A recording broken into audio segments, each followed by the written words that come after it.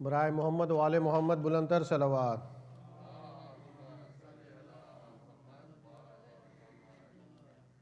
برائے امیر المومنین علی ابن ابی طالب و اولاد علی ابن ابی طالب بلند تر صلوات۔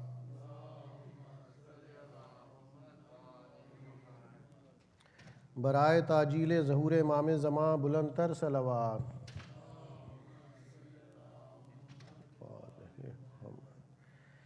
بسم اللہ الرحمن الرحیم۔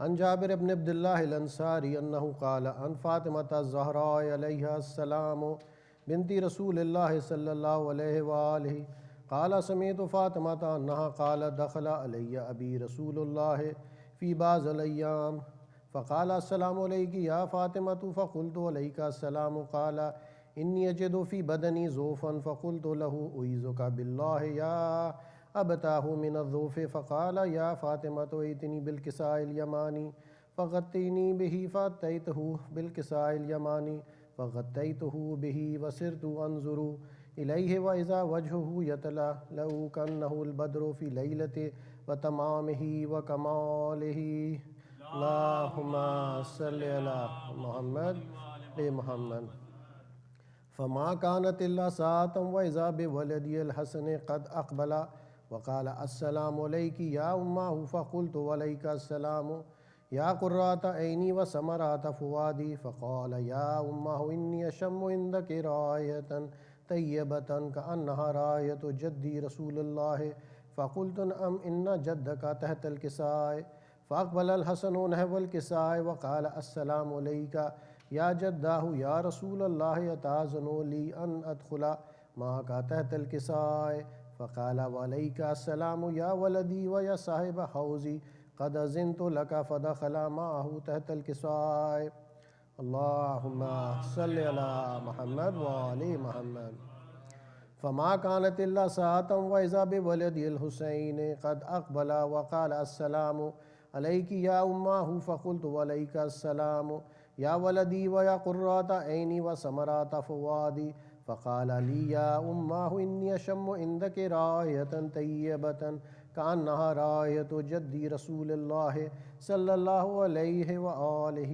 فقلت نعم ان جدک واخاک تحت الکساء فدن الحسین نحو الکساء وقال السلام علیک یا جداہ السلام علیک یا من اختارہ اللہ اتاذن لی ان اکون معکما تحت الکساء فقال وعلیک السلام یا ولدی و یا شافع امتی قد اذنت لک فدخل معہما تحت الکساء فاقبل اللہم صلی علی محمد وآل محمد فاقبل عند ذلك ابو الحسن علی ابن ابی طالب وقال السلام علیک یا بنت رسول اللہ فقلت وعلیک السلام یا ابا الحسن ویا امیر المومنین فقال یا فاطمۃ انی اشم عندک رائحۃ طیبۃ کأنہا رائحۃ اخی وابن امی رسول اللہ فقلت نعم ہا ہوا مع ولدیک تحت الکساء فاقبل علی نحو الکساء وقال السلام علیک یا رسول اللہ اتاذن لی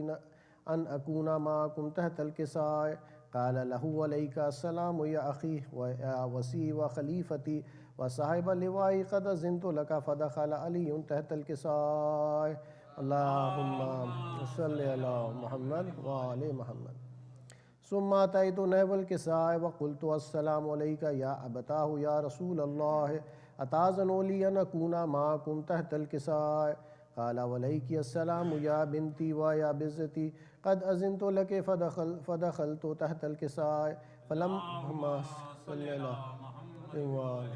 فلما اکتملنا جميعا تحت الکساء اخذ ابی رسول اللہ بطرف الکساء واومئ بیدہ الیمنی الى السماء وقال اللہم ان هؤلاء اہل بیتی وخاصتی وحامتی لحمہم لحمی ودمہم دمی یولمنی ما یولمہم ویحزننی ما یحزنہم انا حرب لمن حاربہم وسلم لمن سالمہم ودوم لمن آدہم ومحب لمن احبہم انہم منی وانا منہم فاجعل صلواتک وبرکاتک ورحمتک وغفرانک ورضوانک علی وعلیہم واذہب عنہم الرجس وطہرہم تطہیرا اللہم صلی علی محمد وآل محمد فقال اللہ عز وجل یا ملائکتی و یا سکان سماوات انی ما خلقت سماء مبنیتا ولا ارضا مدھیتا ولا قمرا منیرا ولا شمس مزیتا ولا فلکا یدور ولا بحر یجری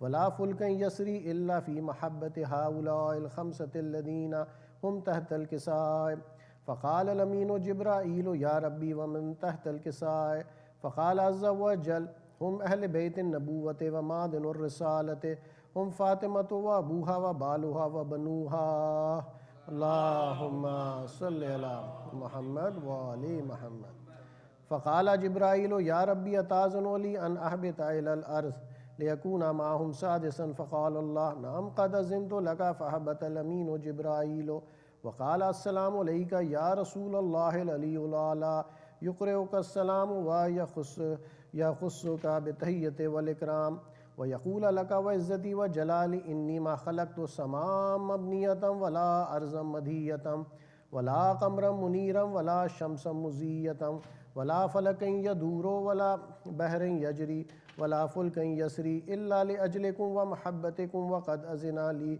ان ادخل معکم فهل تاذنوا لی یا رسول اللہ فقال رسول اللہ وعلیک السلام یا امین وحی اللہ انہو نعم قد اذنت لک فدخل جبرائیل معنا تحت الکساء فقال لأبی ان اللہ قد اوحا الیکم یقول انما یرید اللہ لیذہب عنکم الرجس اہل البیت ویطہرکم تطہیرا اللہم صلی علی محمد وآل محمد فقال علی لأبی یا رسول اللہ اخبرنی ما لجلوسنا ھذا تحت الکساء من الفضل عند اللہ فقال النبی والذی بعثنی بالحق نبیا واصطفانی بالرسالۃ نجیا ما ذکر خبرنا ھذا فی محفل من محافل اہل الارض وفیہ جمع من شیعتنا ومحبینا الا ونزلت علیہم الرحمہ وحفت بهم الملائکۃ واستغفرت لهم الى ان يتفرقوا فقال علی اذن واللہ فزنا وفاز شیعتنا ورب الکعبہ فقال النبی ثانیا یا علی والذی بعثنی بالحق نبیا واصطفانی بالرسالۃ نجیا ما ذکر خبرنا ھذا فی محفل من محافل اہل الارض وفیہ جمع من شیعتنا ومحبینا وفیہم محموم الا وفرج اللہ ہمہ ولا مغموما الا وکشف اللہ غمہ ولا طالب حاجتا الا وقضی اللہ حاجتہ فقال علی اذن واللہ فزنا وسعدنا وكذلك شیعتنا فعزوا وسعدوا في الدنيا والآخرة ورب الكعبة اللہم صلی علی محمد وآل محمد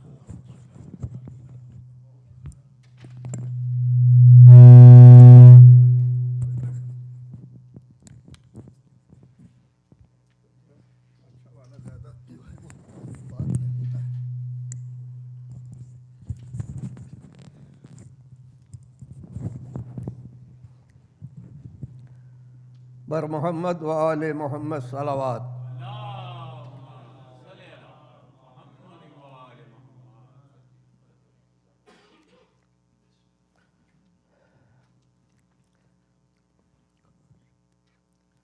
کہا شبیر سے زینب نے کہ آؤ بھائی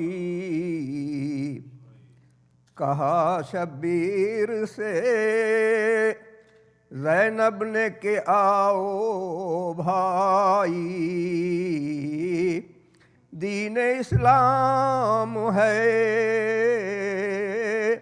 خطرے میں بچاؤ بھائی ہے یہی مرضی حق سر کو کٹاؤ بھائی اپنا غم دے کے زمانے کو رلاؤ بھائی سنتی ہوں زخم کلیجے کا بہت گہرا ہے لاش آہستہ سے اکبر کی اٹھاؤ بھائی، ہم تو آ سکتے نہیں ہم تو آ سکتے نہیں، دشت میں فوجیں ہیں بہت، تم سے ممکن ہو تو شکلا کے دکھاؤ بھائی، تیر کو کھا کے لہو اگلے گا گودی کا پلا، تیر کو کھا کے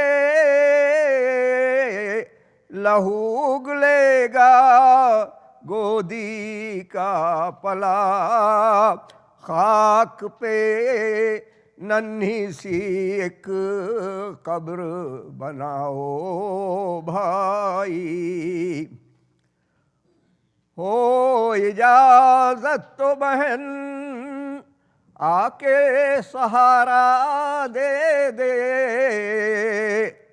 ہو اجازت تو بہن آ کے سہارا دے دے،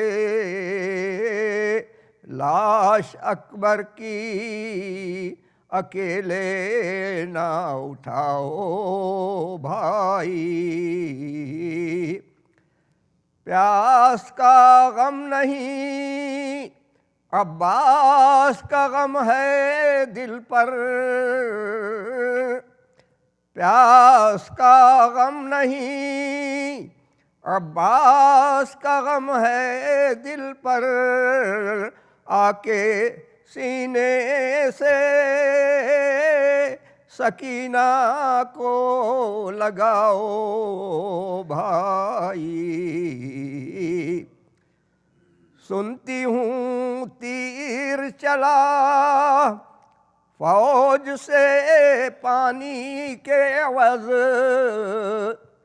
سنتی ہوں تیر چلا فوج سے پانی کے عوض، حلق نازک علی اصغر کا بچاؤ بھائی، منزل صبر کا ہر بار تقاضا ہے یہی، داغ پیری میں جوانی کا اٹھاؤ بھائی، سر شبیر سے کوفے میں تھا زینب کا بیان، خطبہ پڑھتی ہوں میں قرآن سناؤ بھائی، جھک کے رایت نے خبر مرگ علمدار کی دی، نہر سے مشک و علم خیمے میں لاؤ بھائی، جلتے خیموں میں سنبھالوں گی میں دل کو کیوں کر، جلتے خیموں میں سنبھالوں گی میں دل کو کیوں کر، قید میں جاؤں گی کیوں کر تو بتاؤ بھائی،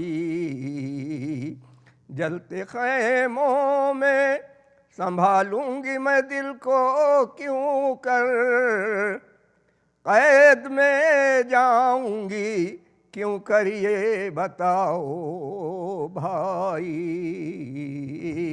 صلوات۔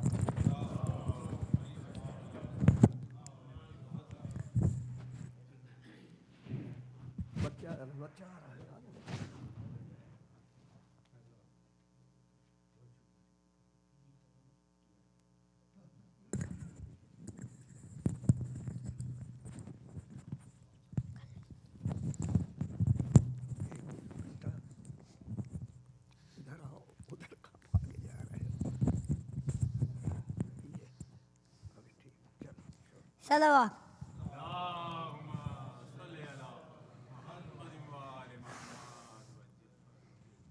کہا زینب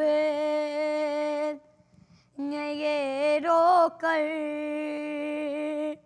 سنبھالو بیویوں شاگر سر عباس آتا ہے. کہا زینب نے یہ رو کر سنبھالو بیویوں شاگر سر عباس آتا ہے.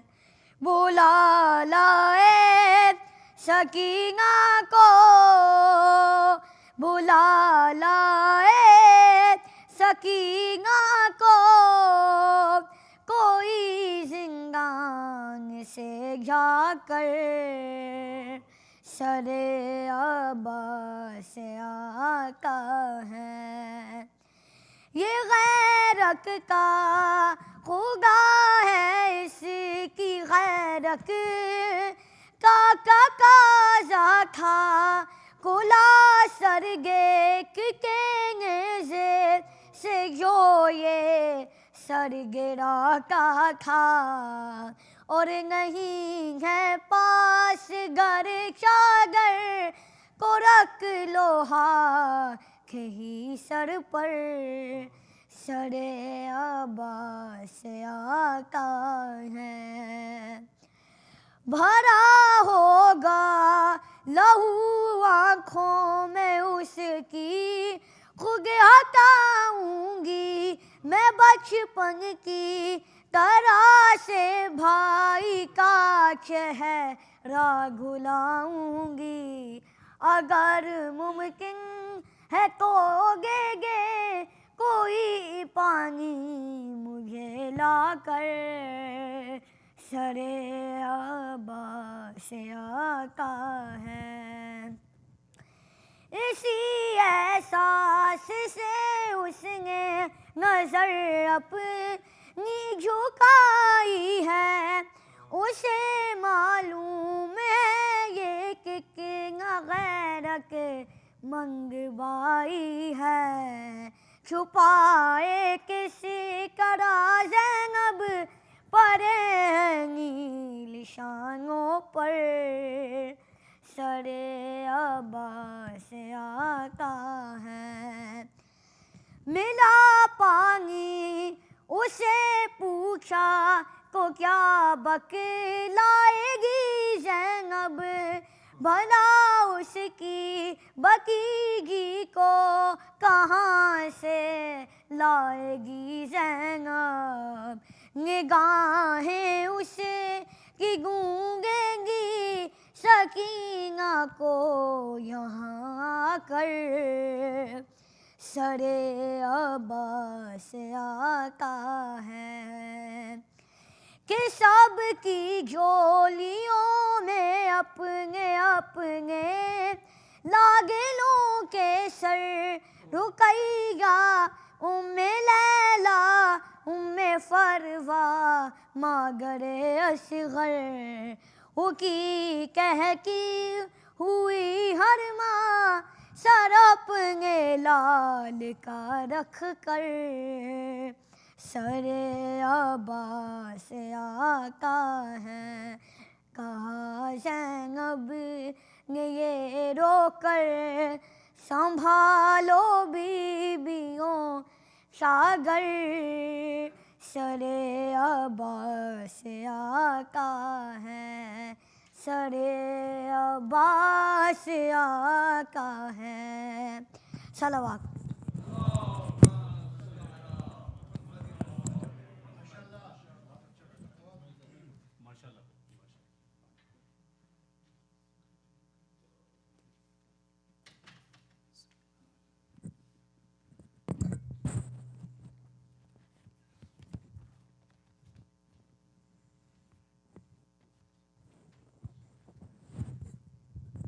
پر محمد والے محمد صلوات.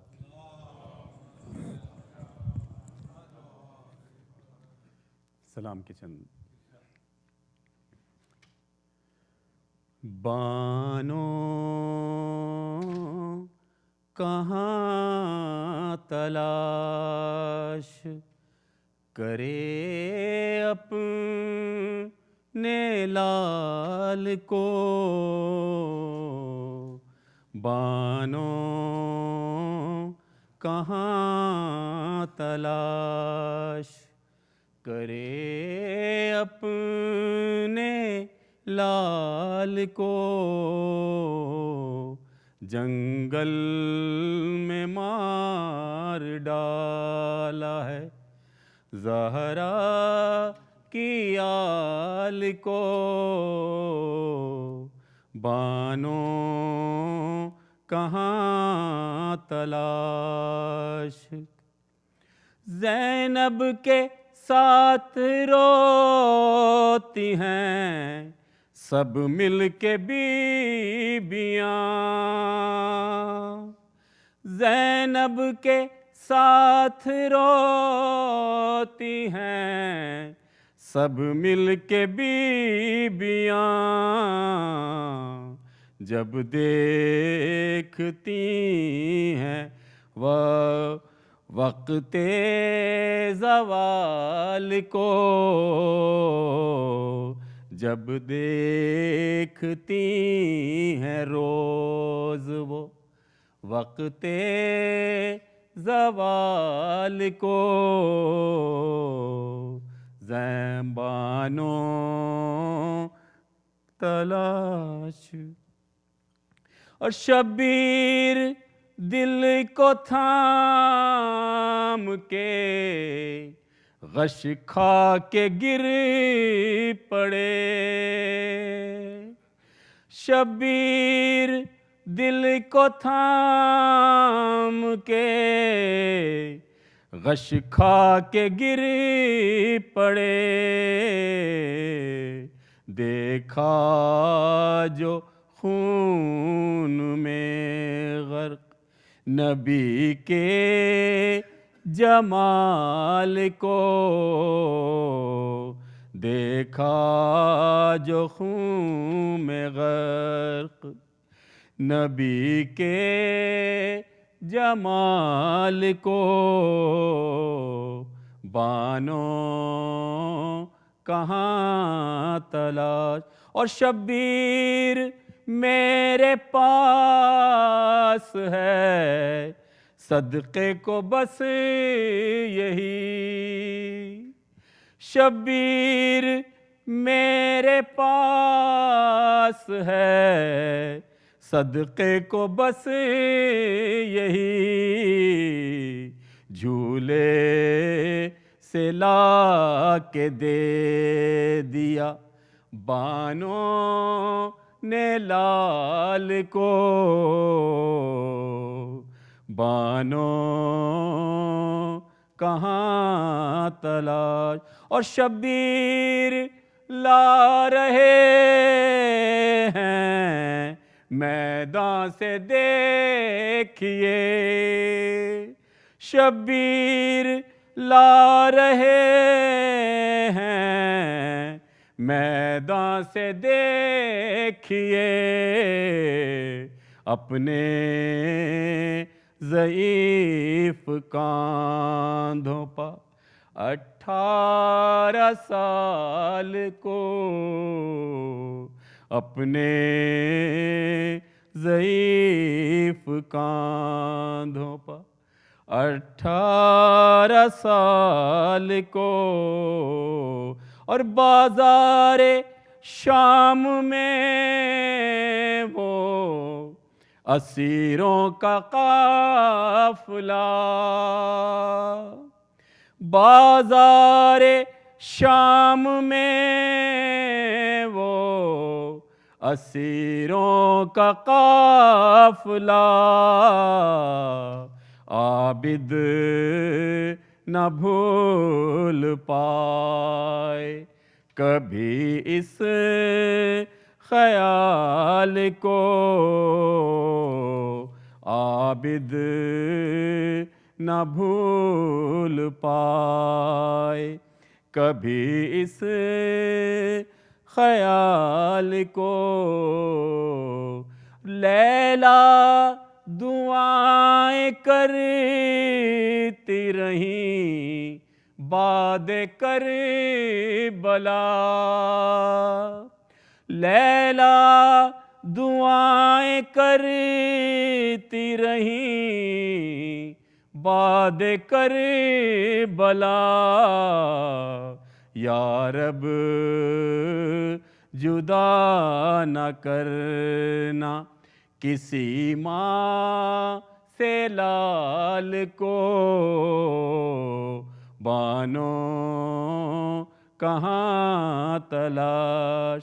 اور شبیر اپنے روزے پہ بلوائیں گے ضرور، شبیر اپنے روزے پہ بلوائیں گے ضرور، توقیر تو نکال دے دل سے ملال کو، بانو کہاں تلاش کرے اپنے لال کو۔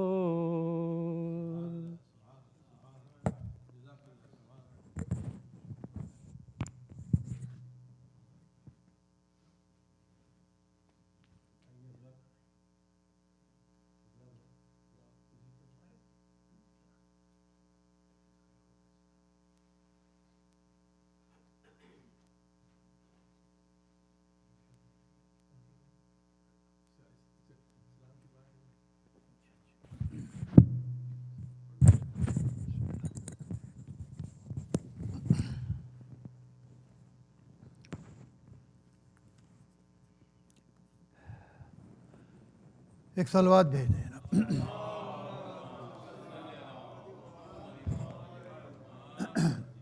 چہلم کی مناسبت سے اور شہید صاحب کا ایک سلام، ایک اور صلوات بھیج دینا۔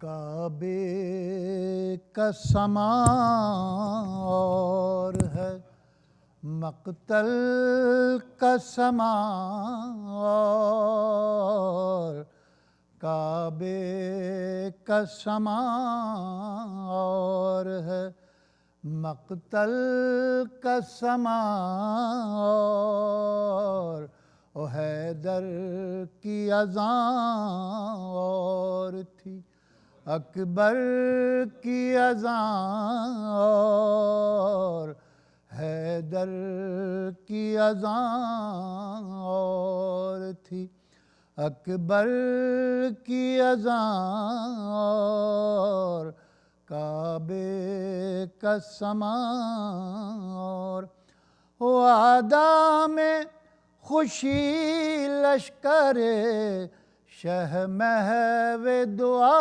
ہے، آدھا میں خوشی لشکر شہ محو دعا ہے،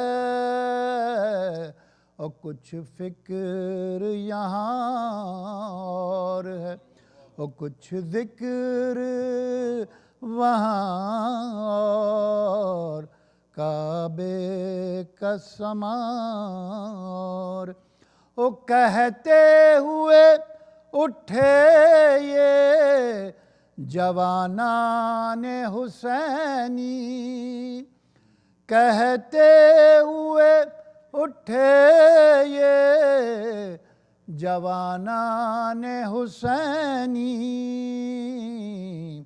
کچھ جاذب دل آج ہے اکبر کی اذاں اور، کچھ جاذب دل آج ہے اکبر کی اذاں اور، کعبے کا سما اور ہے۔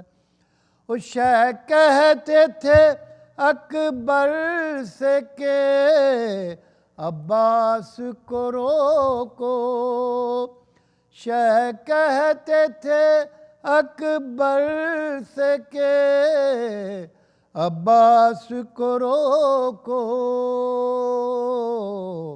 ایک خون کا دریا لب دریا رواں اور کعبے کا سمار، دم اہل حرم کے جو گھٹے ہوں تو عجب کیا، دم اہل حرم کے جو گھٹے ہوں تو عجب کیا، خیموں کے دھوئیں میں تھا کلیجے کا دھواں، اور خیموں کے دھوئیں میں تھا کلیجے کا دھواں، اور بچوں کو جدا کر دیا بھائی کے، بچوں کو فدا کر دیا بھائی کے پسر پر، بچوں کو فدا کر دیا بھائی کے پسر پر، زینب سی زمانے میں نہ ہوگی کوئی ماں، اور کعبے کا سماں، وہ آتے ہیں ہم کر جو یہ آغوش پدر میں، آتے ہیں ہم کے جو یہ آغوش پدر میں، اصغر کے تبسم میں ہے کچھ راز نہاں، اور اصغر کے تبسم میں ہے کچھ راز نہاں، اور ہے خطبہ سرا کوفے میں بنت اسد اللہ، ہے خطبہ سرا کوفے میں بنت اسد اللہ، یہ طرز سخن اور ہے انداز بیاں، اور یہ طرز سخن اور ہے انداز بیاں، اور اصغر نے زباں پھیری ہے ہونٹوں پہ آتش میں، اصغر نے زباں پھیری ہے ہونٹوں پہ آتش میں، یہ شان تکلم ہے جدا طرز بیاں، اور کعبے کا سماں، اور زینب نے کہا بھائی چہلم میں کروں گی، زینب نے کہا بھائی چہلم میں کروں گی، دے دے مجھے مجلس کے لیے کوئی مکان، اور کعبے کا سماں، ہے میرے سلاموں میں شہید اور ہی کچھ رنگ، کہتے ہیں سخن گو کہ ہے یہ طرز بیاں، اور کعبے کا سماں، اور ہے مقتل کا سماں، اور حیدر کی اذاں اور تھی اکبر کی اذان اور کعبے کا سماں اور ہے۔ صلوات بھیجیں۔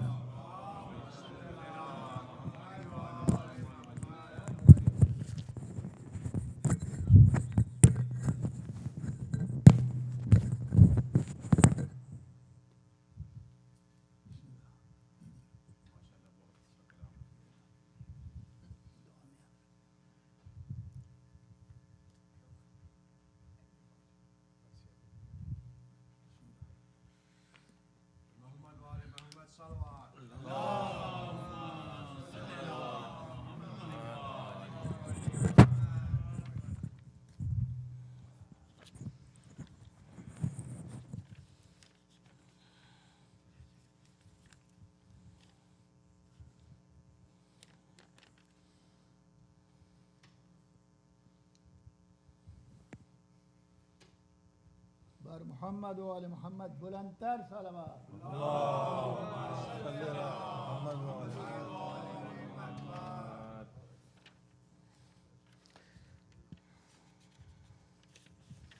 ایک سورہ فاتحہ آج کی جو اسپانسرز ہیں ان کی مرحومین کے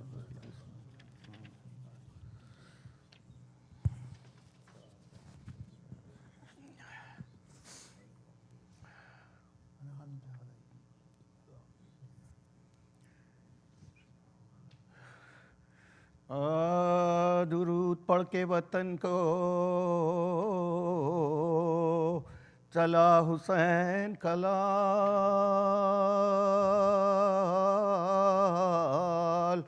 خری پہنچی مدینے کے جب رسول کی آل، تو اپنے ہاتھوں پہ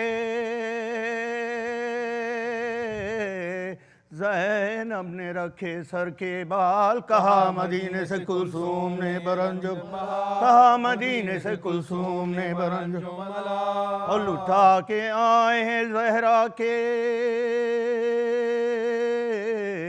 سب گھرانے کو، نہ کر قبول تو ہم بے کسوں کے آنے کو، نہ کر قبول تو ہم بے کسوں کے آنے کو، مدینہ ہم تیرے والی کو آئے ہیں کھو کر، مدینہ گردن شبیر پر چلا خنجر، مدینہ کوفے میں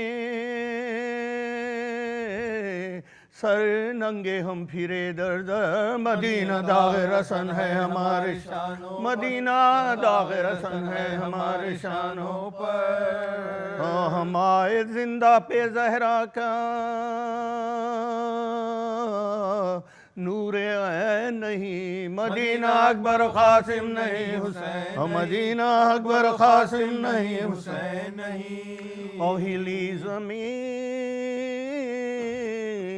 مدینے کی اس گھڑی پہ ہم کیا بشیر کو سجانے طلب اس دم، گلے میں شالے آزادال دی مدینہ نو، اور اس کے ہاتھ میں دے کر دیا سیاہ، اور اس کے ہاتھ میں رو کر دیا سیاہ، کہا کہ جا نہیں گو اپنے منہ دکھانے کی، مگر وطن میں خبر کر دے میرے آنے، مگر وطن میں خبر کر دے میرے آنے کی، اور چلا بشیر یہ دیتا ہوا خبر ہر جا، مگر محل ہاشم میں دیکھتا ہے کیا کہ ایک مریضہ سرے راہ ہے کھڑی تنہا، جو نام پوچھا تو رو کے بولی وہ سغرا، جو نام پوچھا تو رو کے بولی وہ سغرا، بشیر کہنے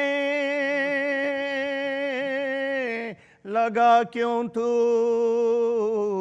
شور و شین میں ہے، کہا یہ حال میرا فرقت حسین، کہا یہ حال میرا فرقت حسین میں ہے، ہم بشیر سمجھائے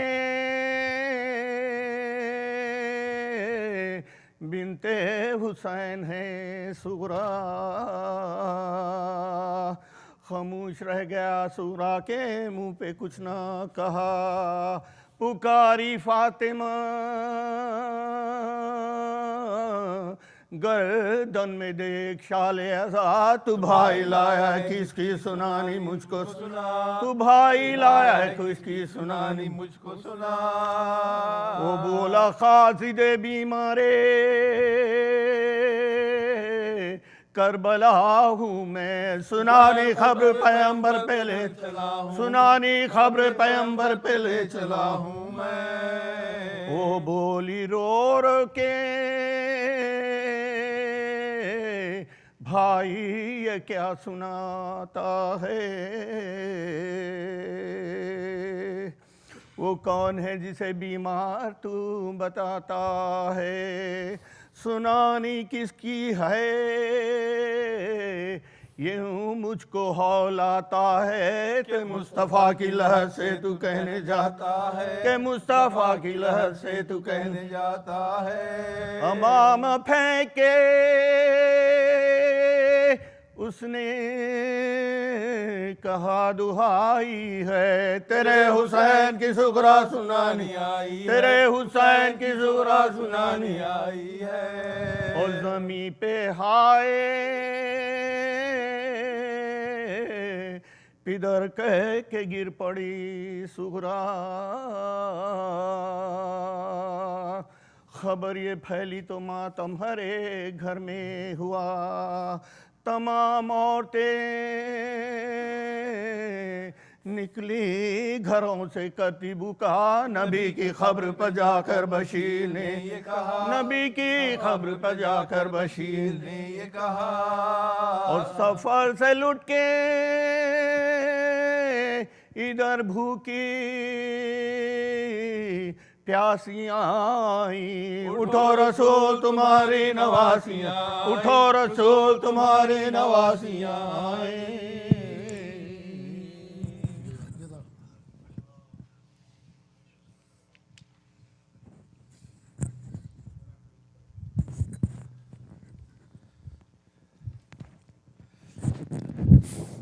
Salawat. I would request you all to please just squeeze a little closer to the member. Please come closer to the member. Those of you who are sitting back, and if you need to rest against the wall, it's a different story. Otherwise, please come close this way also. Tonight's sponsors are the Qureshi family. Please recite a Surah Fatiha for the Marumeens of the Qureshi family. Bismillah.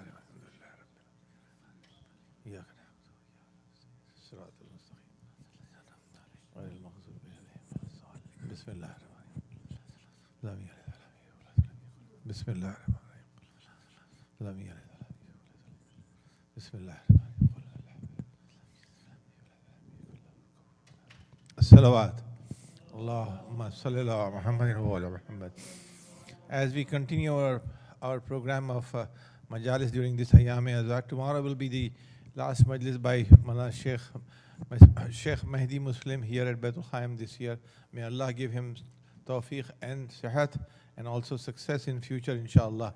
And we hope and pray that he continues to keep coming to this institution to enlighten us with his knowledge, inshallah. Please recite a Surah Fatiha for his marhumeen and other marhumeen also, please, one more time. Bismillah.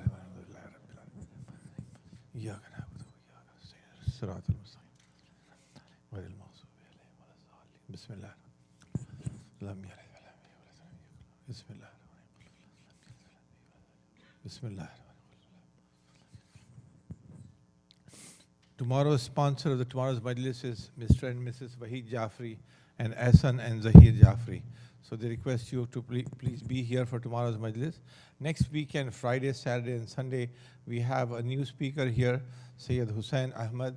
He'll be coming from Houston, inshallah. So we expect he'll be speaking in English, and his Masai will be in Urdu. So we request you all to please do join us for next weekend. And after that, we have one more weekend of Majalis for this Ayyam-e-Azhar. And I request you all to please, those of you who have sponsored the Majlis but did not get a chance yet to contribute to this institution. So So I request you all to please go ahead and make out a check and give it to Secretary Brother Vilayat Musfi. Or those of you who did not sponsor, but I request you all also, it's incumbent upon you to please help us maintain the programs at this institution, inshallah. So I'm hoping that you will help us continue to bring in quality speakers so you can benefit, and most important, your children can benefit from these programs. This institution of Majlis is very extremely unique amongst the Shias of Ahlul Bayt. And this is an opportunity that you do not realize at this point, but in some future time you will realize how this has benefited you and your next generations. It's a blessing that nobody else has it in this world. No one else has it. And we are very fortunate to take advantage of this blessing. So please do help continue to maintain this institution. Please do help continue so we can bring good speakers here. So help us financially as well as by your presence. With a loud salawat, let's welcome Maulana to the member, please, once again. Salawat.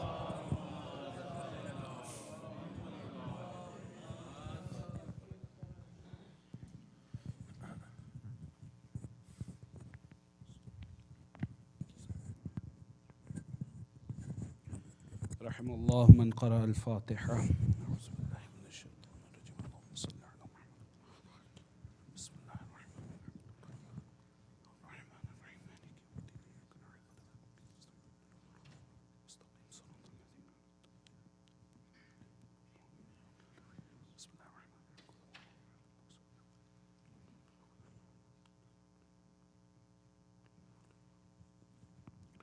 ما شاء الله لا حول ولا قوة إلا بالله العلي العظيم.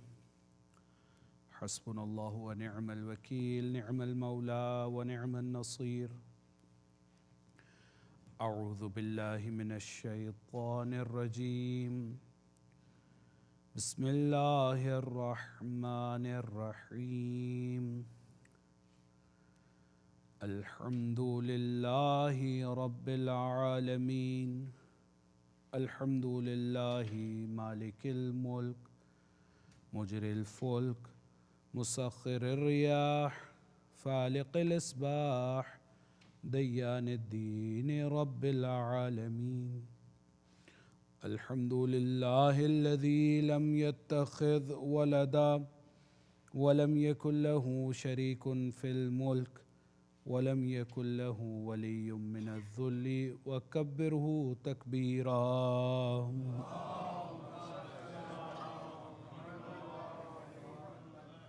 ثم الصلاة والسلام والتحية والإكرام على النبي الأمي المكي المدني وعلى أهل بيته الطيبين الطاهرين المعصومين المظلومين الغر الميامين الذين أذهب الله عنهم الرجس وطهرهم تطهيرا.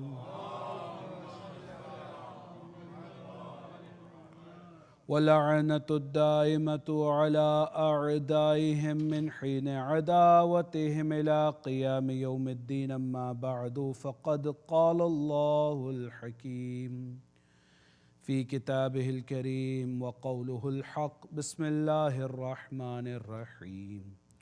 قل لا أسألكم عليه أجرا إلا المودة في القربى. آمنا بالله وصدق الله العلي العظيم.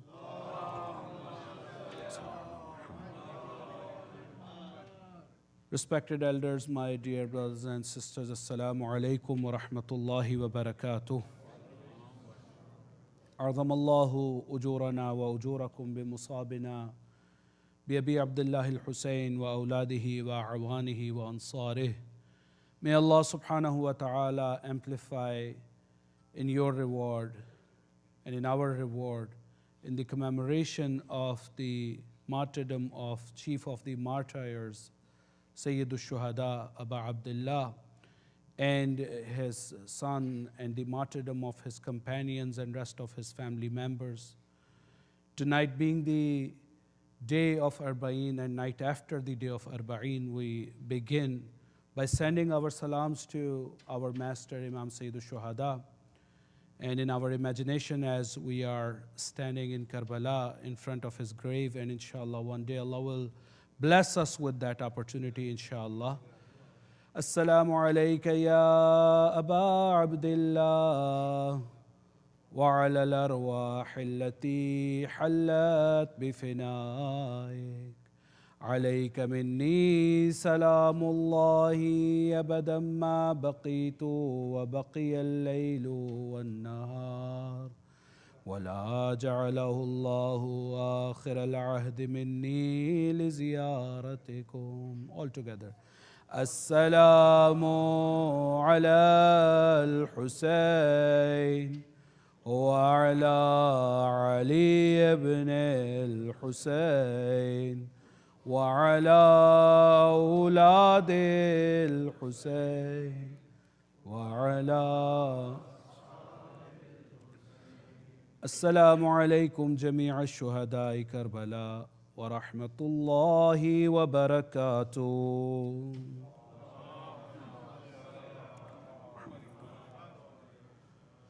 For the forgiveness of our sins and for the acceptance of our ziyarat and a'mal and dua, please recite a collective louder salawat. Allahumma salli ala Muhammad wa ajil farajah.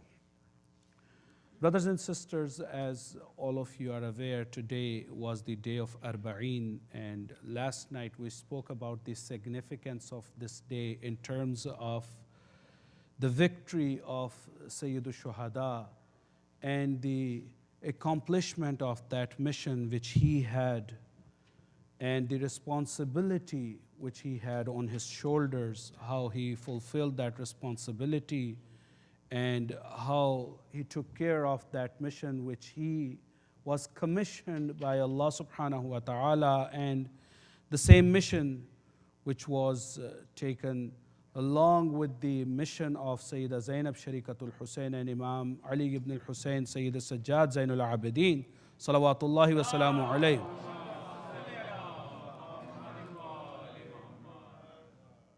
One dimension of this day of Arbaeen was the remembrance of that tragedy and also remembering the contribution of these two personalities and rest of the family members of Ahlul Bayt who lived after the day of Ashura. There is another dimension of this day of Arbaeen, and I feel this as a responsibility to remind myself and all of you as well, because one wonderful hadith which we recite on every Arbaeen, and we try to share the light of Islam through that hadith, which is considered as the hadith which tells about the signs of the believers. I will begin with that hadith and inshallah we'll continue with our discussion. There are many lessons to be learned through that hadith. Therefore, inshallah, I will be analyzing some of the aspects and dimensions of that hadith, inshallah, during the English part of my presentation tonight. And then, inshallah, we'll move towards the Urdu part and we'll speak some other issues as well. So brothers and sisters, this hadith which is narrated and reported on the authority of our 11th Holy Imam, Imam Hassan al-Askari, salawatullahi wa salamu alayhi, in which he explicitly speaks about the signs of the believer. And the wording of that hadith says, alamatul mu'mini khamsun, that the signs of a believer are 5. And as many of us we are aware, through these majalis we have learned the explanation of that verse of Quran where Allah subhanahu wa ta'ala tells to his prophet that when A'rab, they come to you and they claim that they are the believers, tell them that truly they are not the believers, but they are the Muslims. So, قَالَتِ الْأَعْرَابُ آمَنَّا.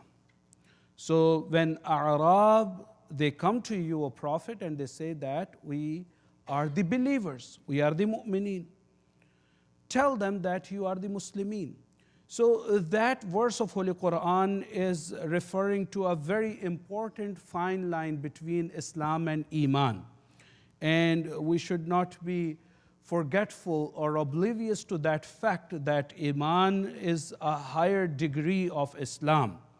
And there are certain requirements for a Muslim to be a believer.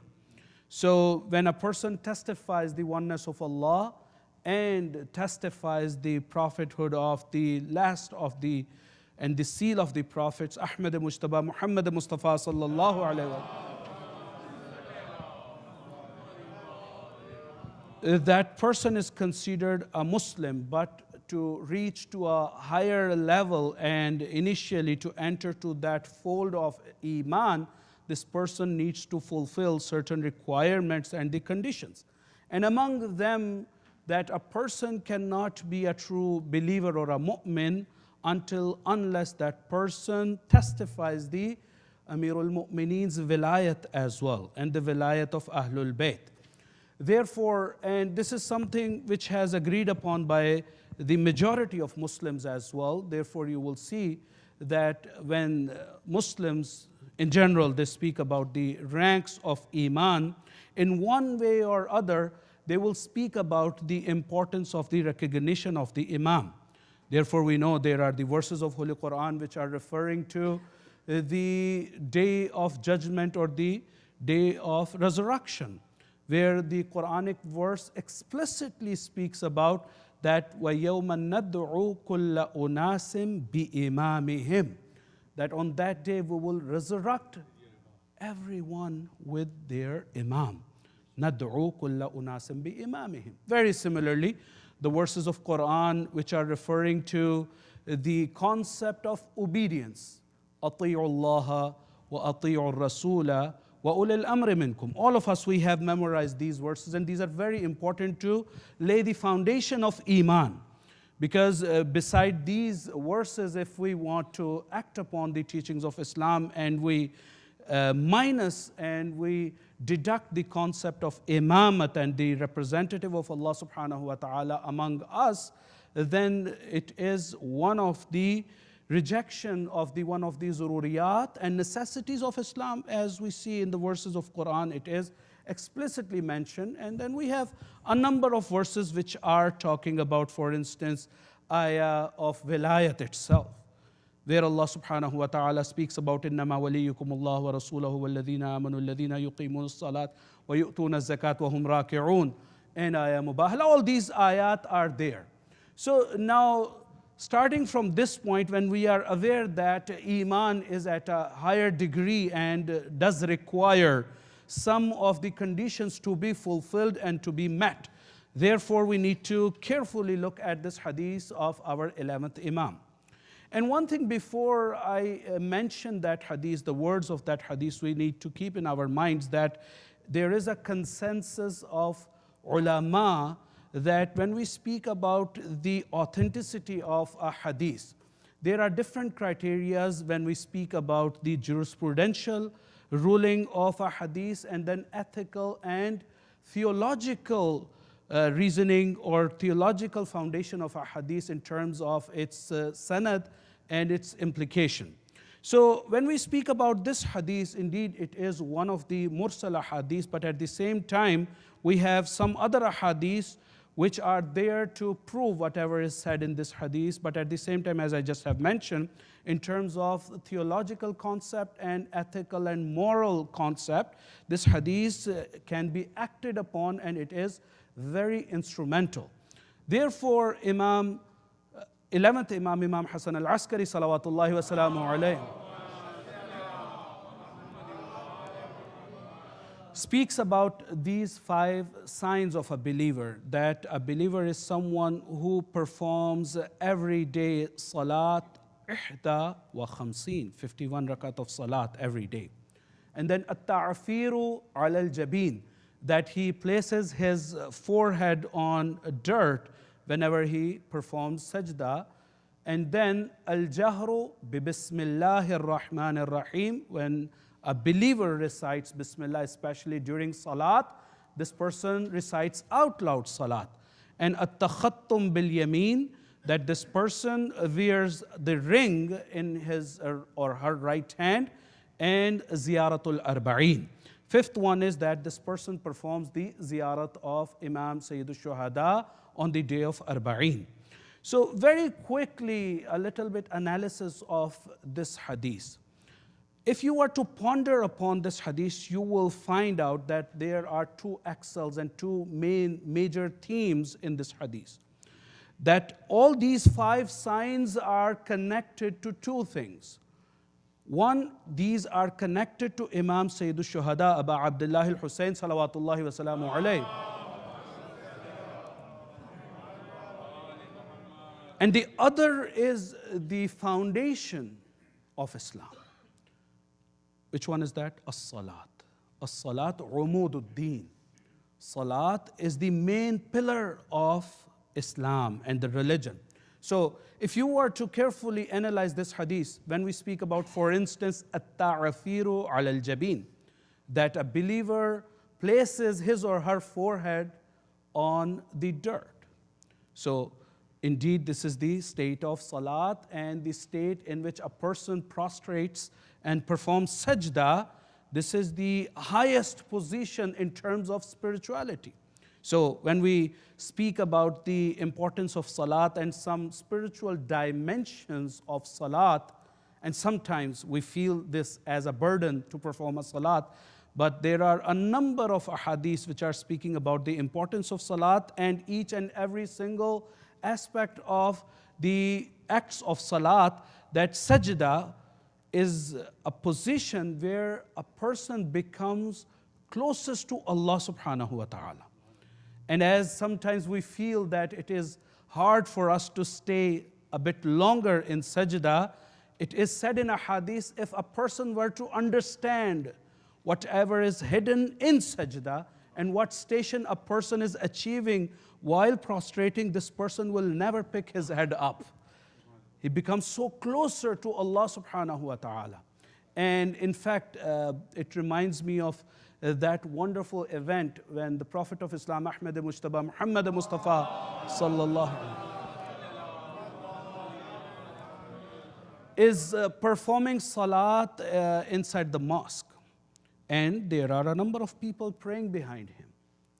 So many of you have heard this story, but I want to present one more dimension. Perhaps it could be a new dimension for some of you. That Prophet is praying, and history tells us that his grandson, Imam Sayyidul Shuhada, Aba Abdullah al-Husayn, salawatullahi wa salam, comes and crosses the lines and comes and sits on the back of the Prophet. In what state Prophet of Islam is? He is in the state of sajda. Now, this is the best of the states of salat, best of the positions of salat, and Prophet of Islam is at the closest station to Allah subhanahu wa ta'ala. But when we look at the hadith, when we look at the narration, when we look at the incident which speaks about the details of this story, it does not say that Prophet, peace be upon him, lifted his head right away. He waited a little bit. So now a question can be asked that Prophet, peace be upon him, is performing salat for Allah subhanahu wa ta'ala and his grandson. So always remember that when we speak about Sayyidul Shuhada, it is something I do not have time to explain and prove for you, but all of us, we are aware that when we speak about the connection between Imam Hassan and Imam Hussein and the Prophet, or Imam Hussein with the Prophet, we need to know that this is not the connection which a grandfather has to a grandchild. No. This is a connection a prophet has to an imam. A prophet has to his representative. So now imagine that Imam Hussein is a very young child, because we are all aware that Imam Sayyidul Shuhada passed away, the Prophet of Islam passed away when Imam Sayyidul Shuhada was 6-7 years old. So for sure that he was younger than that. So whatever historical account you take. So a child age 6 or 7 comes and sits on the Prophet. And Prophet does not lift his head up until that child by his own will comes off his back. It tells us a few important things. The first thing, which is very evident and very clear to us, that when Prophet is performing salat for Allah subhanahu wa ta'ala, if he prolongs that salat, if he prolongs that sajda, that is for the pleasure of Allah subhanahu wa ta'ala. So, and it is also very important whenever we perform salat, we need to extend our sujood. There is a hadith which says that if you really want to lessen your burden, the burden all of us, we are carrying a lot of burden. Not the physical burden, but spiritual burden on our shoulders and on our backs. Sometimes this is the burden of the sin. Sometimes this is the burden of the wrongdoings. Sometimes this is the burden of not being very much practicing. So if someone really wants to take care of those burdens, want to make himself or herself light, the best way is to perform longer sujood. So whenever you perform salat, try to extend the zikr. It is said that if you can repeat the zikr for many, many times, it's good and better for you. So we see that Prophet of Islam, instead of removing his grandson or Imam Sayyidul Shuhada, prolongs his sajda to an extent where he repeats that zikr for 70 times until that time when Imam Sayyidul Shuhada comes off his back by his own will. So one thing which I was thinking about, and I said that maybe some of you might have not think about that dimension of sajda and Imam Hussein, that Prophet, peace be upon him, did that zikr for 70 times. Question: if Imam Hussein Sayyidul Shuhada was not on his back, his sajda was very short. In fact, there is a recommendation in Islam when a person prays in jama'ah. The recommendation for the prayer leader is to perform salat quicker with wajibat. And when a person prays individual prayers, it is recommendation to prolong that. So now, if we were to think that Prophet is leading the salat, and if Imam Hussein was not on his back, he would have done that perhaps for one time, twice, or three times, because all of you are aware that it is highly recommended to recite zikr of sujood, zikr of ruku at least for 3 times. It is sufficient for one time, but it is highly recommended if we can recite for 3 times and even more than that. So now the Prophet of Islam prolongs that sajda. For what reason? For Sayyidul Shuhada sitting on his back. So this tells us that if you get closer to Imam Hussein makes you closer to Allah subhanahu wa ta'ala as well. So I was looking at this dimension, that automatically when Imam Hussein sits on the back of the Prophet of Islam, that state of sajda where Prophet is closer to Allah, Prophet sits more than that. Prophet prolonged his sajda. And who is the reason? Reason is Sayyidul Shuhada. So, question: how can we claim that we are Hussainis and Imam Hussein does not make us closer to Allah subhanahu wa ta'ala? So if Hussein is in our hearts, if his respect is in our hearts, we should also be closer to Allah subhanahu wa ta'ala. As he makes the Prophet of Islam closer to Allah, Imam Sayyidul Shuhada becomes a mean between us and Allah. He helps us to get closer to Allah subhanahu wa ta'ala. So we were speaking about putting the forehead in sajda on ta'afir, on the dirt. So now it's a fiqhi ruling as well that we are not allowed to, especially the school of Ahlul Bayt, we are not allowed to do sajda on, for instance, the carpet or the synthetic things. So we have a number of things in the priority order, that in a chronological order, that the dirt is the best, and then the rock, and then the wood, and then the leaves which are not edible, and then paper, and then cloth, if we do not find. So there is a categorization in the ascending and descending order. So we need to know that the first thing, if dirt is available, we need to prostrate on that. Then if dirt is not available, a rock. And then if rock is not available, then wood. So these are the fiqhi ruling. But in terms of spiritual status and station of salat, it is said among the dirts, best of the dirt is dirt of Aba Abdullah al-Hussein. We call that khak-e-shifa. Khak-e-shifa, if there are a number of hadiths speaking about the status of khak-e-shifa. One hadith which I was looking at and I was amazed, really, that it is said that the dwellers of the paradise and the heavens, people who live on the paradise, apparently Huris and the angels. So the creatures who are living on the thrones and on the heavens. So when angels are descending to earth for different affairs, Quran refers to some of the affairs, تَنَزَّلُ الْمَلَائِكَةُ وَالْرُوحُ, that angels and Ruhul Amin, they come down. They descend from the heavens to the earth. So when any angel comes and descends from the heaven to the earth, there are the creatures who are bound to those higher status and they have no access to earth. They request these angels to bring something back for them. And you will be surprised that they request, when you are returning back, bring the dirt of Imam Hussein, Sayyid al-Shuhada, for us. I just have said, and you have heard that.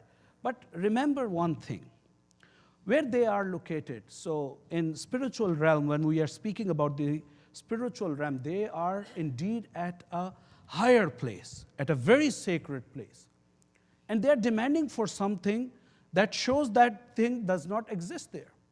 For instance, if for instance you are going from here to India or Pakistan, for instance, you are going to visit someone, and someone calls you that you are coming, what request they would ask you to bring? iPhone 14, for instance. I know, it's pre-order still. So no one is going to take, for instance, a pen from here. So you are going to take a pen or a shirt for someone, they would say everything is here. So Nike is here, Gucci is here, and whatever you name it, everything is there. So you bring something which is not available in India or Pakistan. You also try to make sure that you are bringing something which is valuable and not available there as a gift.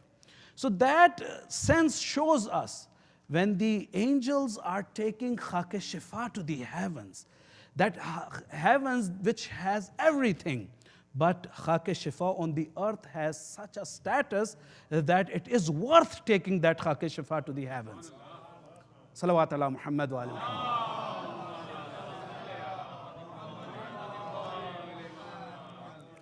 At-ta'afiru ala al-jabeen, whenever a believer prostrates and puts his forehead on sajda, he tries to put it on Khake Shifa. There is a hadith by our sixth Imam that if someone performs sajda on Khake Shifa and the turbat of Imam Sayyid al-Shuhada Aba Abdullah al-Hussein, salawatullahi wa salamu alayhi, Allah subhanahu wa ta'ala removes 7 kinds of veils which are in front of that person. So there is a lot of importance mentioned for Khake Shifa, for instance, for the safety of the journey. Tasbih made of Khake Shifa. It is said in riwayat that you need to do dhikr whenever you are having a tasbih made of plastic or any other metal or plastic or wood, whatever. But tasbih made of Khake Shifa, the turbat of Imam Hussein, it is saying dhikr itself. And if you are just holding in your hand and you are not doing any dhikr, you are getting reward as you are doing dhikr for that. So this one is the first sign of a believer. The second sign, again, it is connected to salat. Al-jahru bi bismillahir rahmanir rahim. That whenever a person prays in salat, you are aware that we have one of the arakin of salat is qira'at.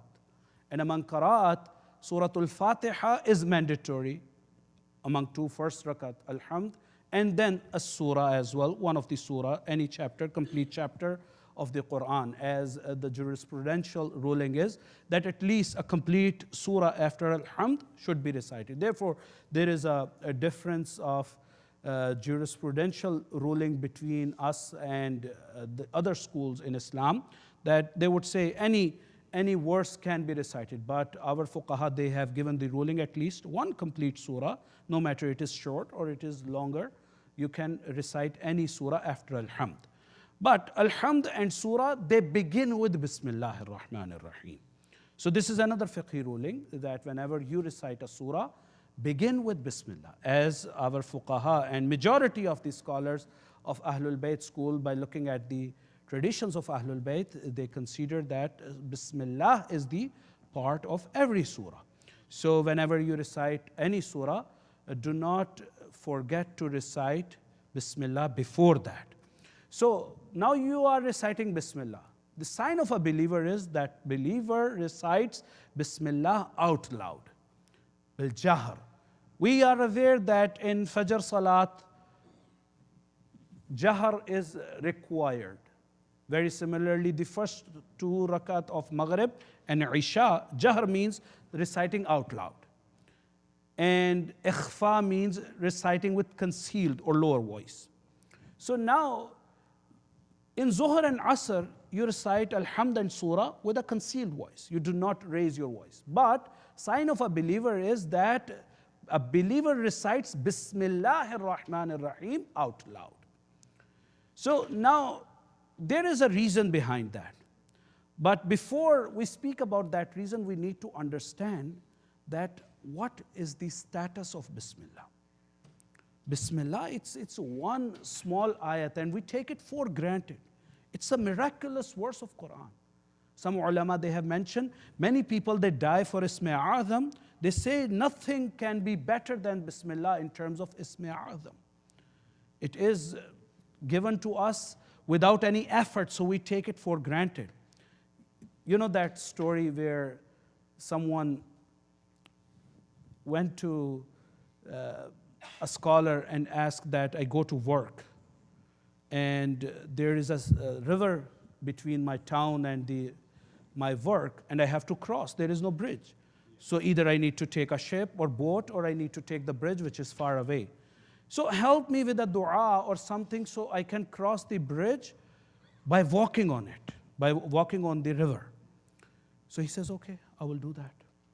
So he writes a ta'weez, he writes a dua and gives that dua to that person, that farmer, the simple layman. And he kept that in his pocket and every day started going here and there, would go here and there. So one day skepticism comes and satanic temptations. What is written in this? Because the scholar said, do not open it. So temptations, they were stronger, so he opens that and sees Bismillahir Rahmanir Rahim. So he says, oh, it was that simple that I was crossing the water? Oh, I thought he has written such a wonderful or big dua. So Bismillah is an ordinary thing. And then after that, he wanted to cross the water and he drowns in the water. So we need to know that. So it could be a story, but it tells a lot of things to us. That there, in fact, ahadith are there. So these are not my words where ahadith are saying that any task, any work, which is started, initiated without the recitation of Bismillahir Rahmanir Rahim, fahuwa abtar. That job, that task will never be fulfilled. If you want to achieve the maximum success, whatever work or job or task you want to do, start with Bismillahir Rahmanir Rahim. And one interesting dimension of reciting Bismillahir Rahmanir Rahim always is that if you make this as a habit, you are coming out of your house, opening the door, Bismillahir Rahmanir Rahim. Putting your shoes on, Bismillahir Rahmanir Rahim. Starting your car on, Bismillahir Rahmanir Rahim. Picking your phone up, Bismillahir Rahmanir Rahim. So if it becomes a habit for everything, now if, God forbid, if you were to do anything haram, and you would initiate with Bismillahir Rahmanir Rahim, automatically you will be mindful that I cannot listen to a haram music by starting with Bismillahir Rahmanir Rahim. Or I cannot start backbiting by reciting Bismillahir Rahmanir Rahim. Or I cannot go to a place where it is impermissible to go, or it is not a place for decency, by reciting Bismillahir Rahmanir Rahim. Therefore, there is a miracle in that when Imam says, recite out loud Bismillahir Rahmanir Rahim. So it is a reminder for you, and it is the reminder for other people as well. So when you are among the believers, they know that you are a true believer, practicing believer. The third one is another thing which is connected again to Salat. Salat ihda wa khamseen. And since a number of people, they requested me today, because I just recited this hadith in earlier today as well. So they said if I can explain a little bit about the 51 rakat salat, I will go very quickly. All of us, we are aware, during the day, we have a 17 rakat of wajib salat. So 2 rakat for Fajr, 4 rakat for Zuhr, 4 rakat for Asr, 3 rakat for Maghrib, and 4 rakat for Isha.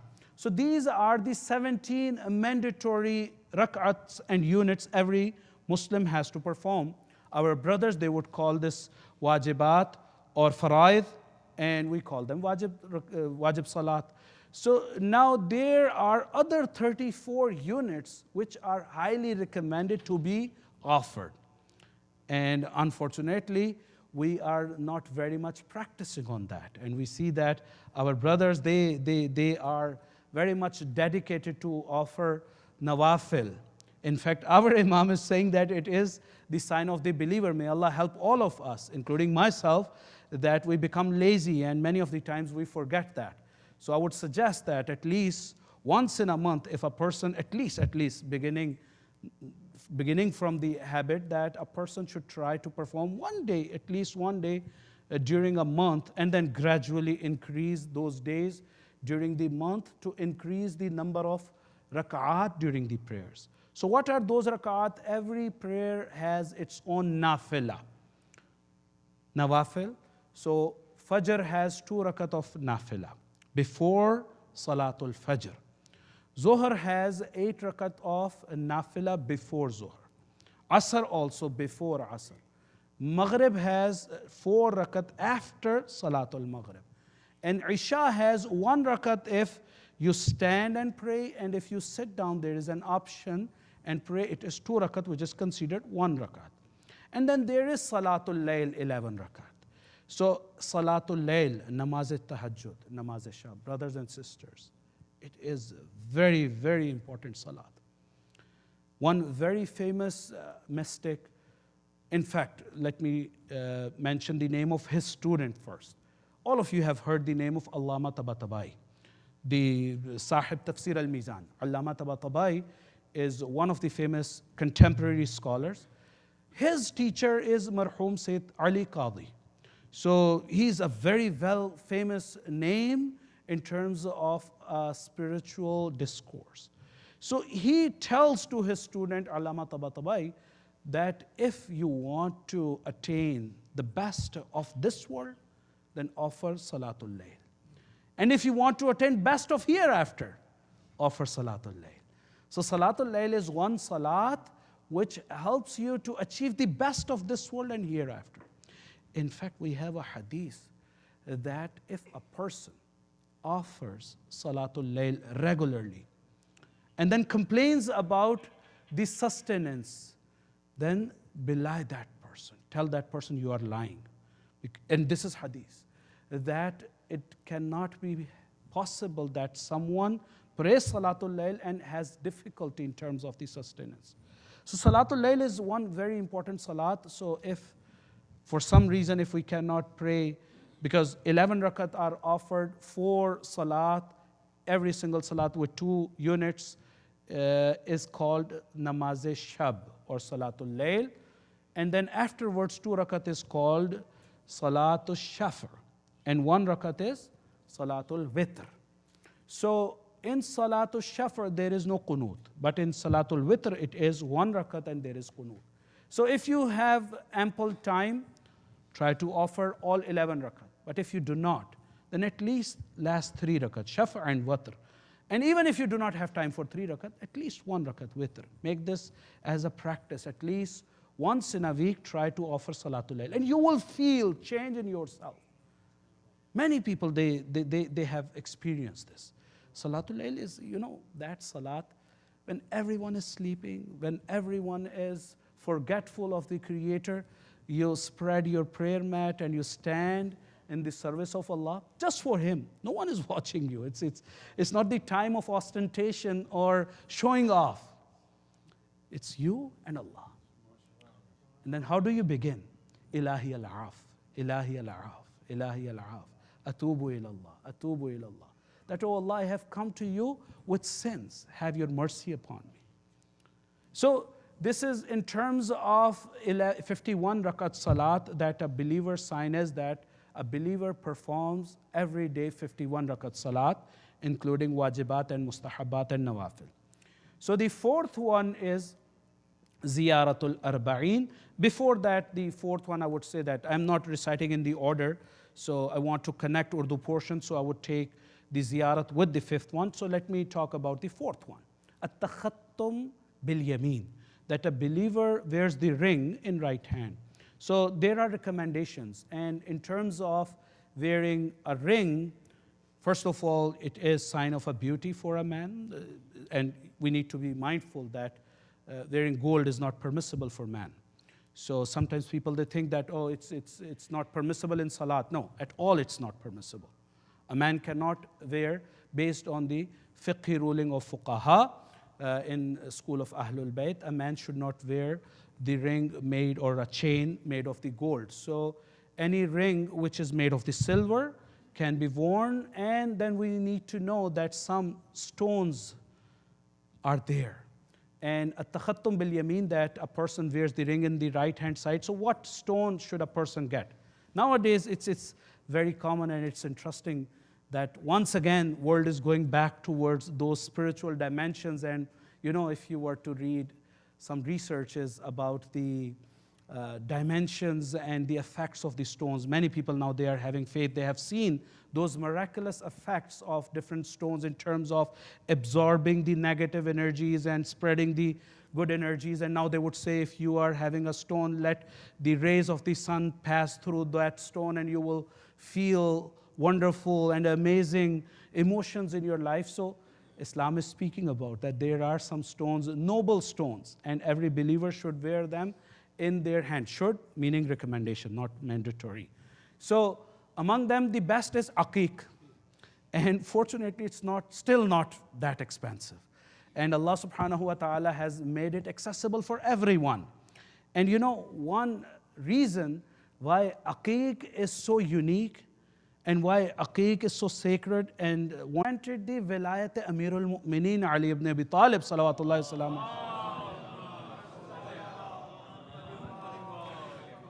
to the rocks and the stones and the other creatures. The rock of aqiq was the first one who testified the vilayat of Ali ibn Abi Talib salawatullahi wasalam alayhi.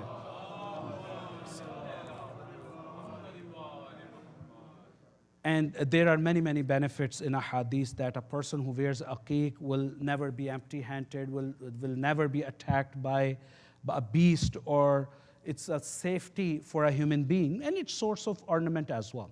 So the fifth one, very quickly, let me very briefly speak about that as well. Ziyaratul Arbaeen. The ziyarat of Sayyidul Shuhada is one very important act of worship in Islam, which is highly recommended. And Arbaeen is the day where we offer that ziyarat in following the footsteps of our imams as well. So especially on the day of Arbaeen, we remember that practice of the companion of the Prophet, Jabir bin Abdullah al-Ansari, and we also remember that Imam Sayyid Sajjad Zainul Abidin salawatullahi wa salam, he also visited during those days on the day of Arbaeen. Some narration would speak about that. Jabir reached on that day, and Imam Sayyid Sajjad was visiting on the same days. He returned back from the Sham, and we recite that in Musibat as well.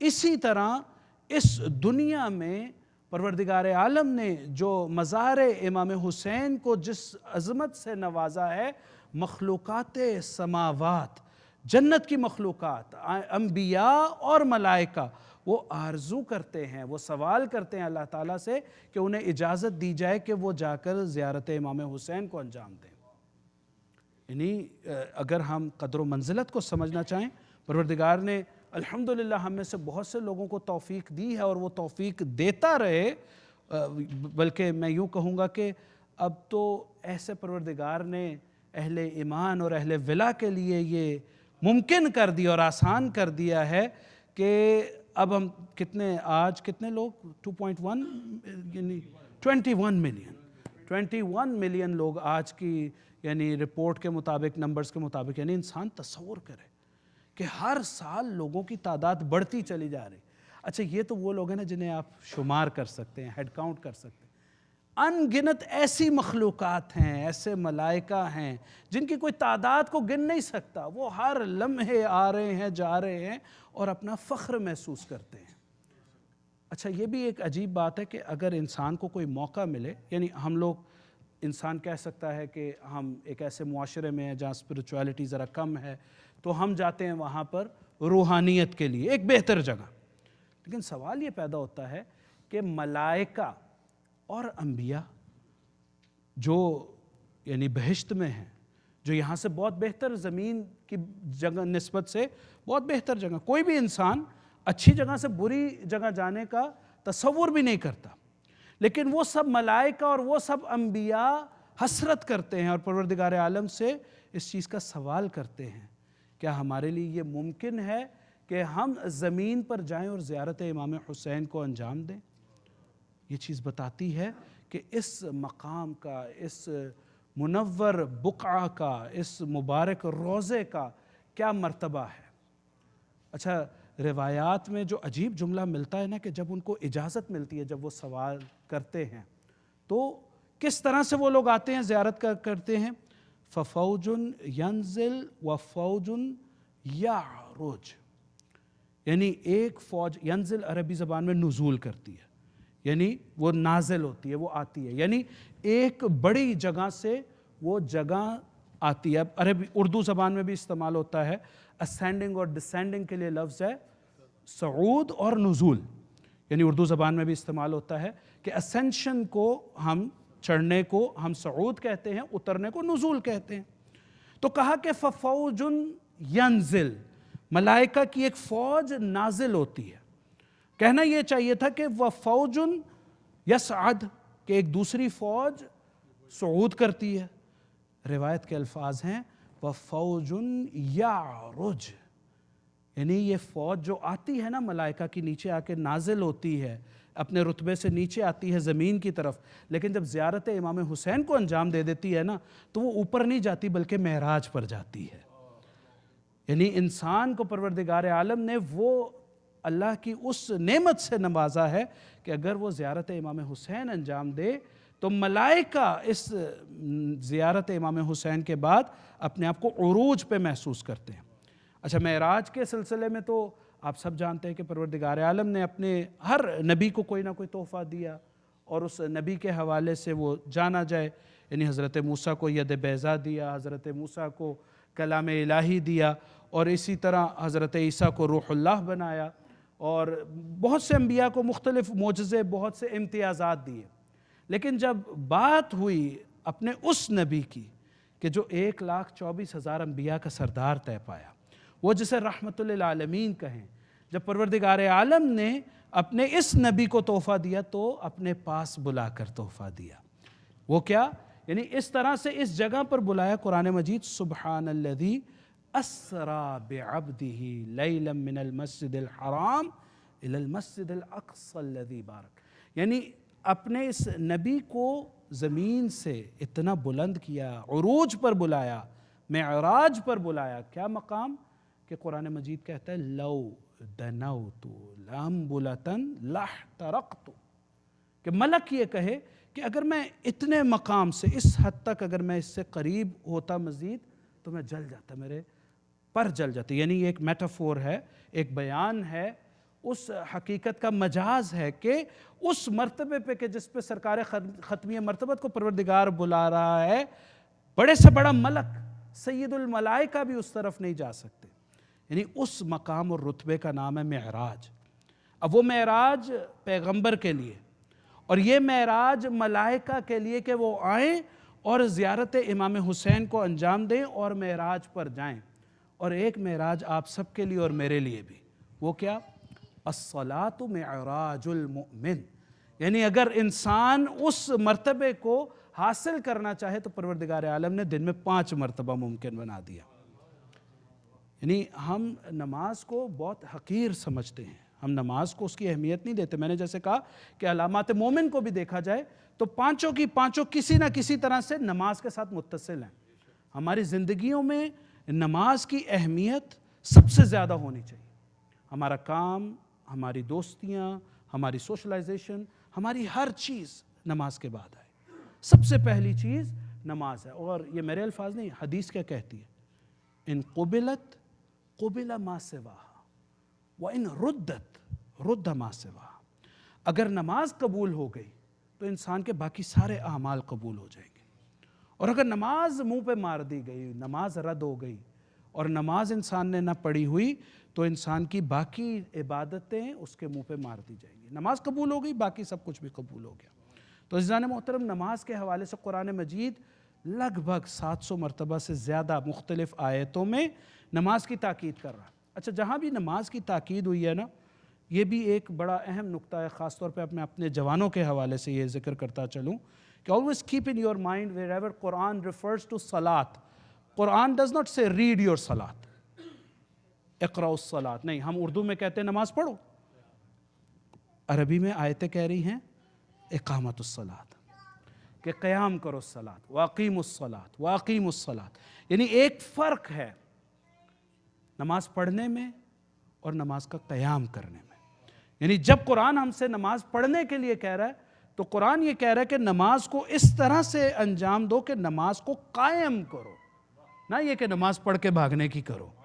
یعنی ہماری زندگیوں میں تو یہ ہوتا ہے کہ نمازوں کا یہ حال ہوتا ہے کہ نہ صرف یہ کہ وہ اتنی تیزی سے بڑھ رہی ہوتی ہیں کہ اگر کہیں سپیڈ کیمرہ لگا ہو تو بڑا موٹا سا ٹکٹ مل جائے، بلکہ ایک تو یہ کہ ہم نہ صرف یہ کہ بڑی راکٹ کی سپیڈ سے پڑھ رہے ہوتے ہیں، بلکہ دوسرا یہ کہ بہت سی جو بھولی ہوئی چیزیں ہوتی ہیں ان سب کو بھی یاد کر رہے ہوتے ہیں نماز کے عالم میں.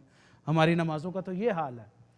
بلکہ وہ ایک لطیفہ میرے ذہن میں آ گیا کہ بعض اوقات ہوتا ایسے ہے کہ بہت سے لوگ نماز اس لیے پڑھ لیتے ہیں کہ چابی کھو گئی ہے یا کوئی چیز نہیں مل رہی تو وہ مل جائے. تو ایک صاحب تھے، بزنس مین تھے، اور جس طرح پرانے وقتوں میں آج بھی اسٹور میں اپنے بیٹے کے ساتھ دکان تھی، بزنس کرتے تھے. تو نماز کے پابند تھے، نماز کے پابند صوم و صلات، اور ہونا بھی چاہیے یار انسان کو. اس حد تک کہ وقت نماز ہو جاتا تھا تو اپنے آفس میں نماز پڑھ لیتے تھے. تو اب ایک دن وہ اپنے آفس میں اپنی دکان پہ بیٹھے ہیں اور وقت نماز ہوا ظہر کا، اور بیٹا آ گیا. انہوں نے بیٹے کو کہا کہ آپ دکان کا خیال رکھیں کیش کاؤنٹر کا، اور میں نماز پڑھ لیتا ہوں. بیٹے نے کہا ٹھیک ہے بابا جان. اب والد صاحب نے ان کے نماز شروع کر دی. نماز ختم کی تو بیٹے نے کہا کہ بابا آپ نے ظہر 3 رکعت پڑھی ہے تو آپ دوبارہ پڑھ لیں. کہ نہیں بیٹے، میں نے ظہر 4 رکعت پڑھی ہے. کہا بابا میں آپ کے سامنے بیٹھا دیکھ رہا ہوں آپ نے 3 رکعت پڑھی. کہا بیٹے نہیں، ممکن نہیں ہے، میں نے 4 رکعت پڑھی ہے، میری نماز بالکل ٹھیک ہے. جب بیٹے نے بہت اصرار کیا نا تو باپ نے کہا بیٹا بات سنو، میں آپ کو بتاتا ہوں میرے پاس کیا دلیل ہے کہ میں نے پوری 4 رکعتیں پڑھی.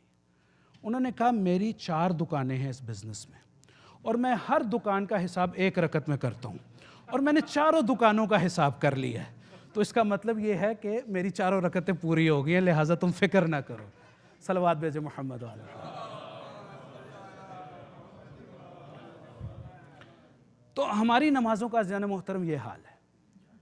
نماز ایسی عبادت کا نام ہے کہ جس میں انسان پروردگار سے سب سے نزدیک ہوتا ہے.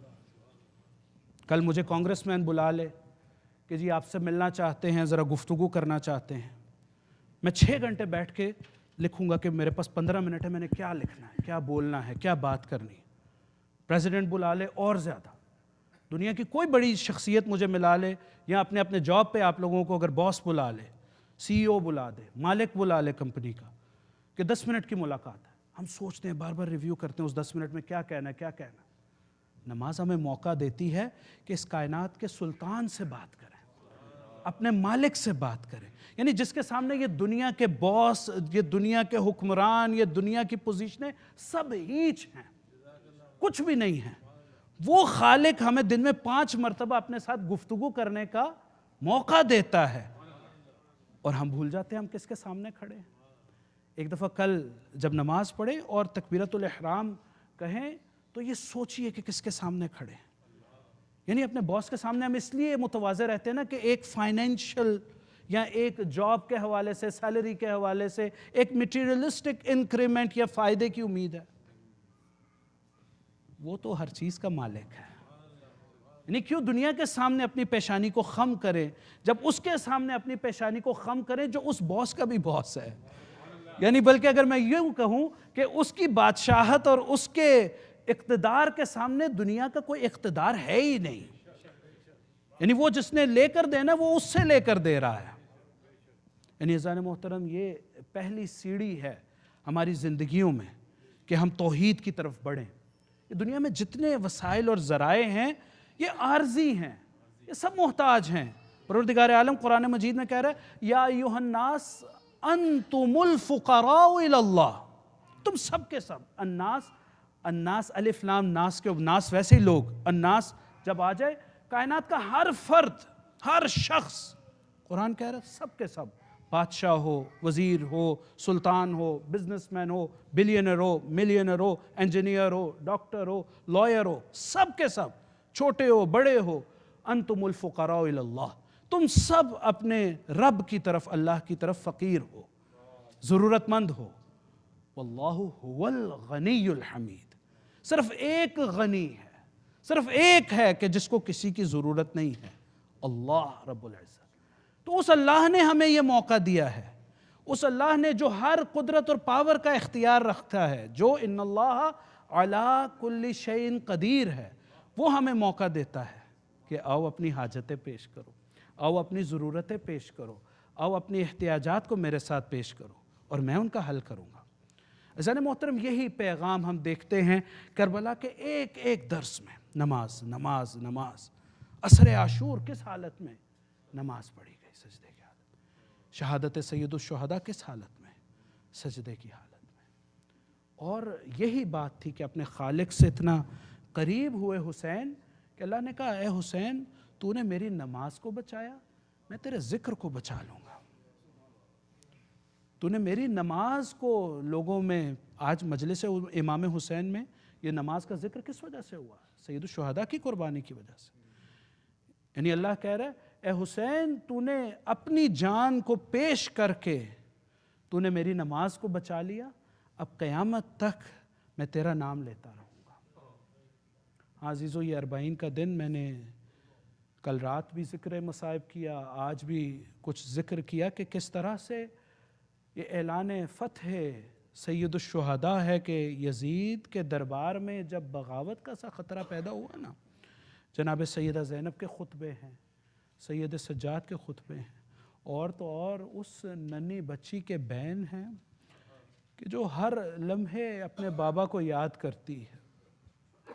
وہ ننھی بچی امام حسین کی زندان شام میں بیٹھتی ہے نا، تو اپنے بھیا علی اصغر کو بھی یاد کرتی ہے، اپنے بھیا علی اکبر کو بھی یاد کرتی ہے، کبھی بابا کو پکارتی ہے، اور جب اس بچی کی چیخیں بلند ہوتی ہیں نا تو پورا شام لرز جاتا تھا۔ یزید کی آنکھوں سے نیند ختم ہو گئی تھی، اب یزید ان کو قید نہیں رکھ سکتا تھا۔ کہا سید سجاد ہم آزاد کرتے ہیں۔ سید سجاد نے پھوپھی کے مشورے سے شرطوں کو پیش کیا، شرطوں کو پورا کیا گیا، ایک مکان دیا گیا جہاں پر جناب سیدہ نے مجلس عزائے امام حسین شام میں، یہ فتح ہے، دشمن کے مرکز میں ذکر حسین کو برپا کرنے والی ہستی کا نام زینب ہے۔ ذکر مصیبت امام حسین کیا، تبرکات کا اصرار تھا، تبرکات لوٹائے گئے، اور پھر ساتھ میں جب قافلے کو تیار کیا گیا نا، اور قافلہ بشیر کے ساتھ روانہ کیا جانے لگا تو جناب زینب نے کہا کہ ہم کربلا سے ہوتے ہوئے مدینہ جائیں گے. اور جب یہ قافلہ کربلا کی طرف روانہ ہوا، اسی دوران میں وہ صحابی پیغمبر جسے جابر بن عبداللہ کہتے ہیں الانصاری، وہ اس زیارت امام حسین کے لیے کربلا میں آ چکے ہیں اور اپنے اس غلام کے ساتھ جس کا نام عطیہ لکھا گیا العوفی، اس کے ساتھ ہیں. اور تاریخوں میں یہ جملے ملتے ہیں کہ جناب جابر جب آئے ہیں نا تو کہا سب سے پہلے میں جا کے غسل کروں گا، اور نہر القمہ میں جا کے غسل کیا اور اس کے بعد اپنے خادم کو کہتے ہیں کہ مجھے حسین میرے آقا کی قبر پہ لے جاؤ. عطیہ کہتا ہے مالک میں اس دشت بیابان میں قبریں تو دیکھ رہا ہوں لیکن مجھے حسین کی قبر کی شناخت نہیں ہے. جناب جابر کی نظر بہت زیادہ کمزور ہو گئی، آنکھوں سے نظر نہیں آتا. کہتے ہیں عطیہ ایسا کرو مجھے ان قبروں کے درمیان جا کر چھوڑ دو، میں اپنے حسین اپنے مولا کو خود آواز دوں گا اور میرے مولا مجھے خود بلائیں گے. عزیز و عقیدت ہو تو ایسی، امام سے اتصال ہو تو ایسا. جب جناب جابر کو جا کر ان قبروں کے درمیان چھوڑ دیا گیا نا تو جناب جابر نے آواز دینی شروع کی، السلام علیکہ یا ابا عبداللہ، اے میرے آقا میرا سلام ہو آپ پر. اور پھر جب جواب نہ آیا نا تو پھر ایک دفعہ جابر نے یہ جملہ کہا کہ کیوں حبیب کے سلام کا جواب نہیں دیتا. جناب جابر نے اس جملے کے بعد پھر ایک عجیب دکھ بھرا جملہ کہا اگر آقا آپ جواب دینا بھی چاہیں تو آپ کیسے جواب دیں، آپ کے سر اور تن میں جدائی ہو گئی ہے. اجرکم اللہ. ہاں عزیزو، آج اربعین کا دن تھا نا، آپ کی آنکھوں میں اشک آ گئے، آپ نے اپنے آپ کو ایک دفعہ پھر آمادہ کر لیا آقا حسین کی سوگ میں عزا میں ان آنسوؤں کو بہانے کا. ہاں عزیزو، بڑی ڈھارس ہوتے ہیں یہ آنسو، اور اہل بیت کو اتنی تاکید تھی کہ جب چھٹے امام مجلس امام حسین خود منعقد کیا کرتے تھے نا تو ایک موقع پہ امام مجلس میں بیٹھے ہیں اور ایک صحابی ابو بصیر بیٹھا ہے اور مجلس کے دوران گریہ ہو رہا ہے. امام ابو بصیر کو بلا کر کہتے ہیں ابو بصیر میرے جد کے مصائب پڑے جا رہے ہیں اور تم نہیں رو رہے. ابو بصیر نے روتے روتے اشکوں سے تر اپنے رومال کو آگے کیا، کہا مولا میرا رومال گیلا ہو گیا ہے. مولا نے کہا ابو بصیر اس طرح سے رویا کرو میرے جد کی مصیبت میں کہ جس طرح سے ایک بوڑھی ماں اپنے جوان فرزند کی لاش میں روتی ہے. اجرکم اللہ. ہاں عزیزو، آپ کی صدائے گریہ بلند ہو گئی، آپ مجلس کے مصیبت کے لیے تیار ہو گئے. ہاں عزیزو، جناب جابر روتے جاتے ہیں کہ اسی دوران میں ایک آنکھ سی لگ گئی. خواب میں دیکھتے ہیں امام حسین ہیں. جابر دیکھتے ہیں کہ امام حسین کے بدن پہ اتنے زخم ہیں کہ بدن کا کوئی حصہ نہیں ہے کہ جس پہ زخم نہ ہو. عزیزو، امام حسین سے گفتگو کر رہے ہیں کہ اسی دوران میں امام حسین نے کہا جابر ذرا میری قبر سے بلند ہو جانا، میری بہن شام سے آ رہی ہے. عزیزو، ادھر جناب جابر نے آنکھ کھولی، کہا عطیہ دیکھنا کون آیا. کہا میں دیکھتا ہوں شام سے ایک کارواں آ رہا ہے، اس کارواں کے آگے آگے ایک بوڑھا شخص آ رہا ہے، کاروان کے سواریوں پہ سیاہ پرچم ہے. جابر کہتے ہیں مجھے اس ذرا کارواں تک تو لے جا. کارواں کے پاس لے جایا گیا. جناب جابر دیکھتے ہیں اس بوڑھے شخص کے پاس جا کے کہتے ہیں ذرا اپنا تعارف تو کرانا. آنے والے بوڑھے شخص نے دیکھا، کہا چچا جابر پہچانا نہیں، میں سید سجاد علی بن حسین ہوں. کہا بیٹا تمہارے بابا کو میں نے اپنی گود میں کھلایا ہے، میرا غلام کہتا ہے کہ آپ کی کمر جھکی ہوئی ہے، آپ کے سر کے بال، آپ کے ریش کے بال سفید ہو گئے ہیں. بیٹا کیا ہوا؟ کہا چچا جابر الشام الشام اللہ والشام اجرکم علی اللہ۔ ہاں عزیزو، اربعین کی یہی مصیبت ہے نا کہ جب جناب جابر نے سید سجاد سے کہا نا بیٹا ذرا مجھے بتانا کیا ہوا، جناب سید سجاد نے کہا چچا جابر کیا بتاؤں، وہ مقام دیکھتے ہیں نا، یہ وہ جگہ ہے جہاں میرے علی اکبر جیسے بھائی کو برچی لگی، یہ مقام دیکھتے ہیں نا میرے بھائی قاسم کے لاشے پامال ہوئے، یہاں پر میرے چچا عباس کے شانے قلم ہوئے، اور وہ گودال دیکھتے ہیں نا، وہ نشیب دیکھتے ہیں نا، وہاں پر میرے بابا حسین کا سر تن سے جدا کیا گیا۔ اجرکم اللہ۔ ہاں عزیزو، سید سجاد مصیبت امام حسین بیان کر رہے ہیں کہ اسی اثناء میں سواریاں آگے بڑھی، امام سید سجاد نے کہا چچا جابر اب جگہ کو کھول دیجئے، اب بیبیاں بھی اپنا پرسہ دے دیں۔ ہاں عزیزو، بیبیوں نے اپنے آپ کو سواریوں سے گرانا شروع کیا۔ جناب ام لیلہ نے اکبر کی جنازے پہ، اکبر کی قبر پہ گرایا، ام فروہ نے قاسم کی قبر پہ گرایا۔ اجرکم اللہ۔ عزادارو، حسین کی بہن زینب امام حسین کی قبر پہ آئی اور اپنے آپ کو قبر پہ گرا دیا، کہا بھیا حسین ایک خوشخبری ہے، وہ یہ کہ جو مشن آپ نے مجھے دیا تھا آپ کی بہن نے پورا کر دیا۔ ہاں بہن شرمندہ بھی ہے بھیا حسین، آپ کی بہن آ تو گئی ہے، فاتح بن کے آ گئی ہے، یزید کے دربار میں آپ کے نانا کا اعلان حق کر کے آ گئی ہے، لیکن بہت شرمندہ ہے۔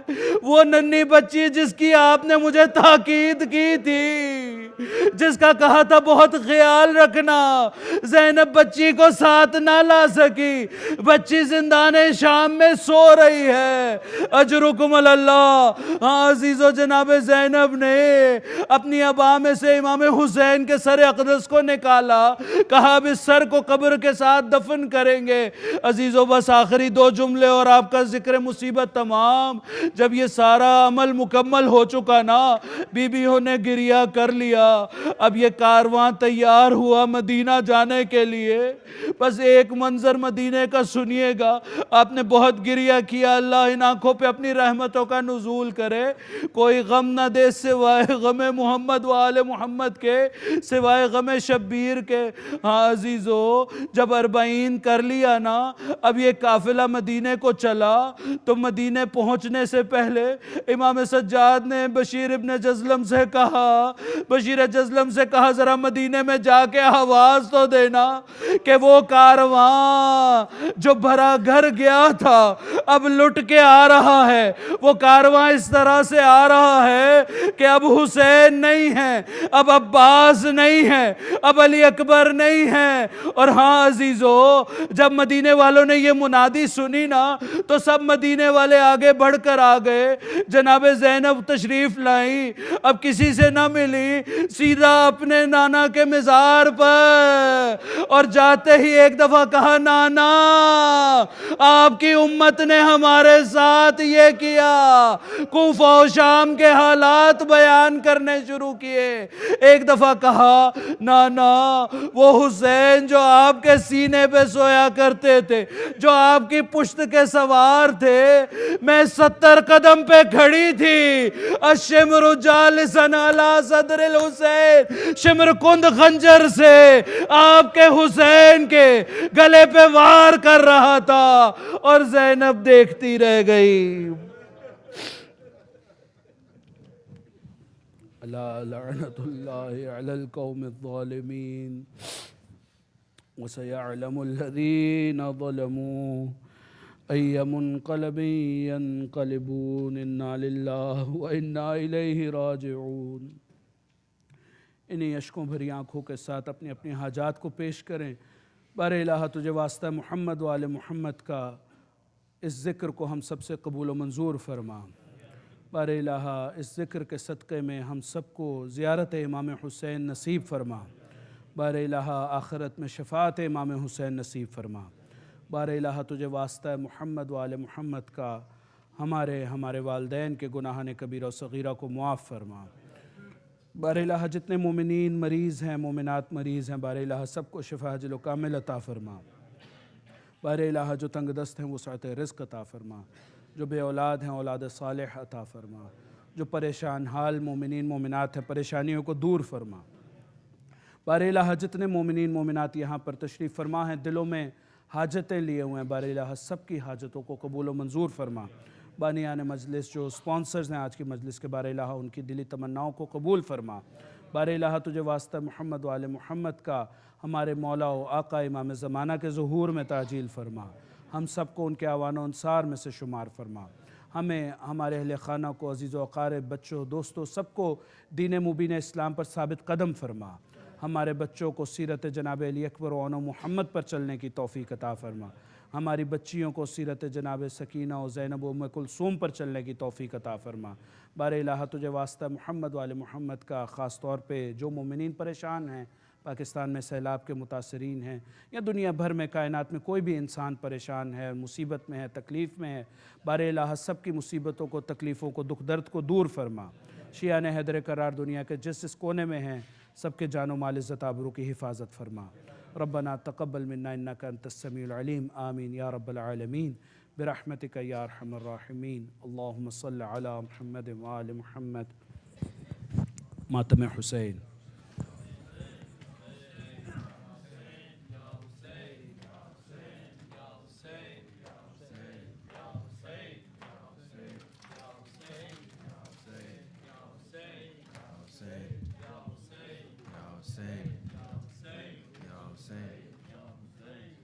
Hussein, Ya Hussein, Ya Hussein.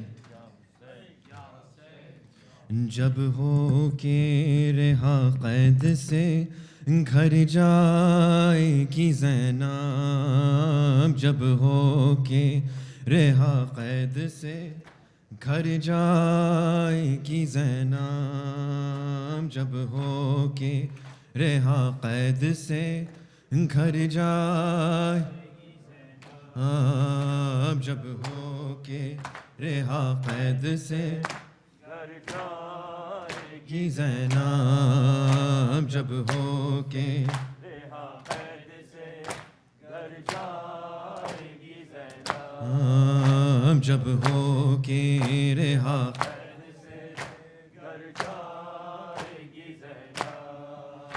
گھر تم نہ ہوئے ساتھ تو مر جائے گی زینب. جب ہو کے رہا قید سے گھر جائے گی زینب. جب ہو کے رہا قید سے گھر جائے گی زینب. اچھا میں چلی جانب زندہ میرے بھیا کرتی ہوئی ماتم تیرا پڑتی ہوئی نوحہ. سینے پہ لیے زخم جگر جائے گی زینب.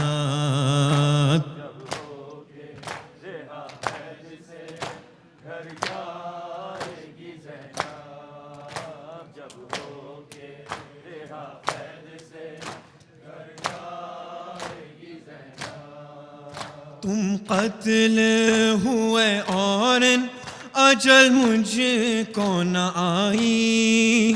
کس طرح سے زندہ ہوں نہ پوچھو میرے بھائی. ڈھونڈے گی تمہیں اب تو جدھر جائے گی زینب.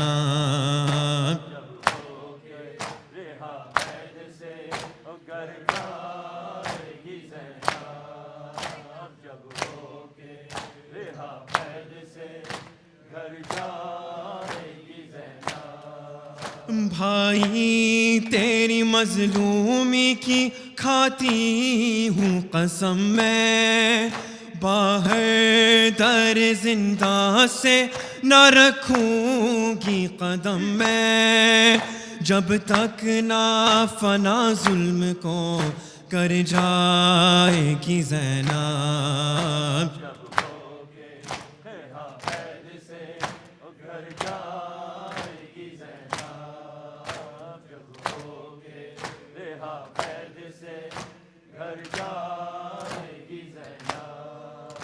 پیغام زمانے میں تیرا عام کروں گی، بھائی تیرے قاتل کا وہ انجام کروں گی، سر تن سے جدا شمر کا کر جائے گی زینب،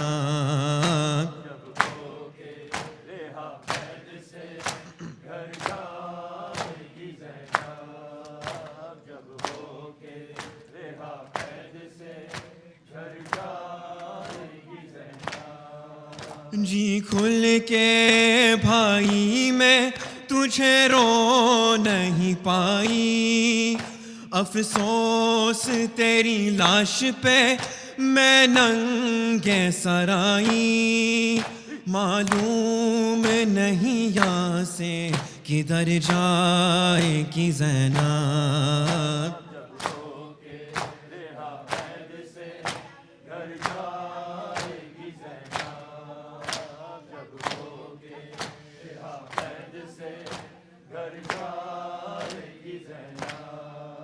شرمندہ ہوں میں تم کو کفن دیتی تو کیسے، آدھا نے ردا چھین لی بھیا میرے سر سے، اس رنج میں دنیا سے گزر جائے گی زینب، جب رہا قید سے گھر جائے گی زینب، جب ہو کے رہا قید سے گھر جائے گی زینب، یا حسین یا حسین یا حسین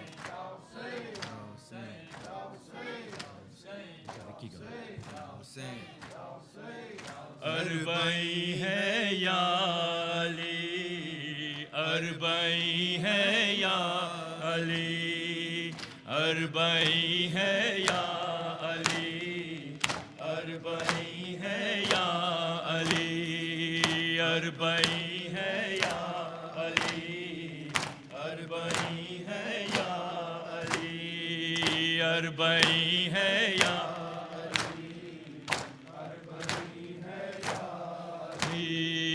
اربعین ہے یا علی، اربعین ہے یا علی، اربعین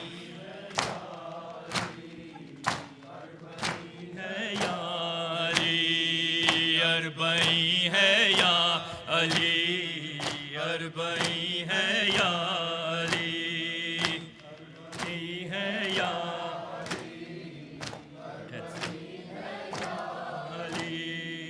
قید سے ہو کر رہا آیا ہے کنبہ آپ کا، اربعین ہے یا اربعین ہے یا علی، قید سے ہو کر رہا آیا ہے کنبہ آپ کا، اربعین ہے یا علی، اربعین ہے یا علی، ہے زمین کربلا آج تازہ کربلا، اربعین ہے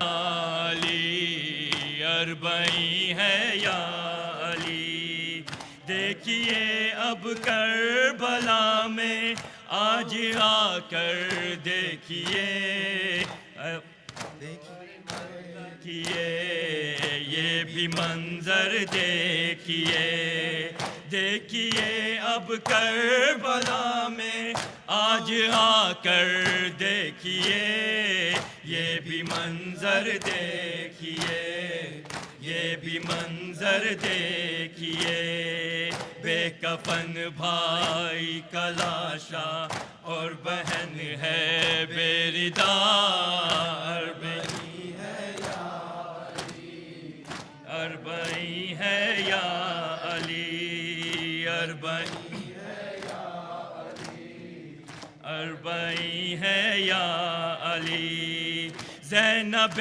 مستر پریشان ہے کرے تو کیا کرے آپ ہی بتلائیے آپ ہی بتلائیے زینب مستر پریشان ہے کرے تو کیا کرے آپ ہی بتلائیے آپ ہی بتلائیے دفن ہوگا کس طرح لاشا شہ مظلوم کا اربعین ہے یا علی اربعین ہے یا علی اربعین ہے یا علی اربعین ہے یا علی لاش سرور دفن کرتے ہیں علی ابن الحسین بیویاں کرتی ہیں بین بیویاں کرتی ہیں بین لاش سرور دفن کرتے ہیں علی ابن الحسین بیویاں کرتی ہیں بین بیویاں کرتی ہے بین عرش تھراتا ہے ہوتا ہے زمین پر زلزلہ اربعین ہے یا علی اربعین ہے یا علی اربعین ہے یا علی اربعین ہے یا علی ہاتھ تھراتے ہیں عابد کہ مدد فرمائیے رحم اس پر کھائیے رحم اس پر کھائیے ہاتھ تھراتے ہیں عابد کہ مدد فرمائیے رحم اس پر کھائیے رحم اس پر کھائیے آئیے اس کی مدد کو آئیے مشکل کشا اربعین ہے یا علی اربعین ہے یا علی اربعین ہے یا علی اربعین ہے یا علی قید سے جہاں آیا ہے کنبہ آپ کا اربعین ہے یا علی اربعین ہے یا علی یا حسین یا حسین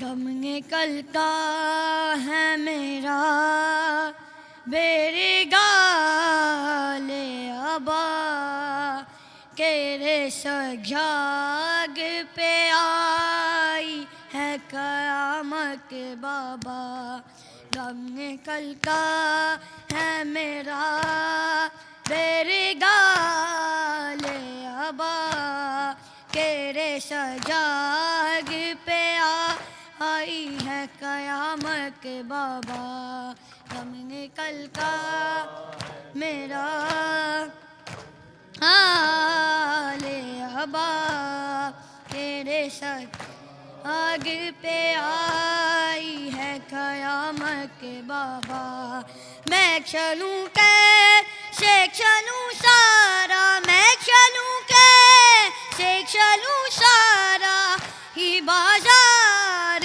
سجا تیرے سجاگ پہ آئی ہے قیامت بابا غم نکلتا ہے میرا میری گاہ ابا تیرے سجاگ آئی ہے قیامت بابا غم نکلتا ہے میرا گالے ابا تیرے سجاگ پہ آئی قیامت بابا ہر شکی ہنسی کا ہوا کہتا ہے مجھ کو کہے گی بے ضمیروں کی زباں کہتی ہے تجھ کو باغی میرا ہر عشق کو میں گیتا میرا ہر عشق کو میں گیتا ہے رو رو کے سگا تیرے سجاد پہ آئی ہے قیامت بابا دم نکلتا ہے میرا آلے ابا تیرے سجاد پہ آئی ہے قیامت بابا دم نکلتا ہے میرا میرے گالے ابا تیرے سجاد پہ آئی ہے قیامت بابا میں نے قرآن کے پاروں کو بکھر کے دیکھا تیرا یاقوت بگن میں نے کرپ کے دیکھا موقع پہ میرے شاخ موقع پہ میرے شاخ سفر میں رہنا تیرے سجاد پہ آئی ہے قیامت بابا دم نکلتا میرے گالے ابا تیرے سجاد پہ آئی قیامت بابا دم نکلتا ہے میرا میرے گالے ابا تیرے سجاد پہ قیامت بابا وارث میں ہوں میں وارث تلوار بھی ہوں خون عمران ہوں میں وارث کرار بھی ہوں میری تقدیر منظریے میری تقدیر منظریے دکھایا کیسا تیرے سجاد پہ آئی ہے قیامت بابا دم نکلتا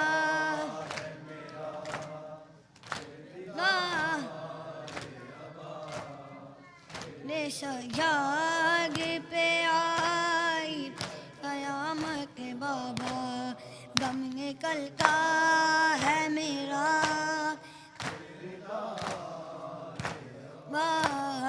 تیرے سجاد پہ آئی جس قریب والی سکینہ کو تماچے مارے اشک آنکھوں کے میرے خون میں بل جا کے میری غیرت کا سمندر یہ میری غیرت کے سمندر میں ہے کوہرام بھپا تیرے سجاد پہ آئی ہے قیامت بابا دم نکلتا ہے میرا میرے گالے ابا تیرے سجاد پہ آئی قیامت بابا میں چلوں کیسے چلوں سارا میں چلوں کیسے چلوں سارا ہی بازار سجا تیرے سجاد پہ آئی ہے قیامت بابا یا حسین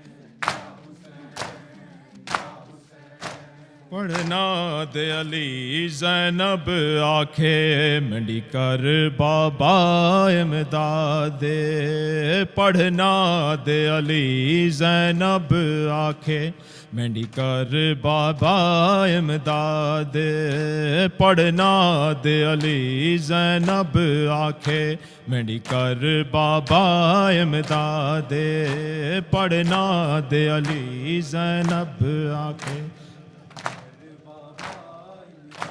دے، پڑھنا دے علی زینب آکھے منڈی کر بابا امداد دے، پڑھنا دے علی زینب آکھے منڈی کر بابا امداد دے، پڑھنا دے علی زینب آکھے منڈی کر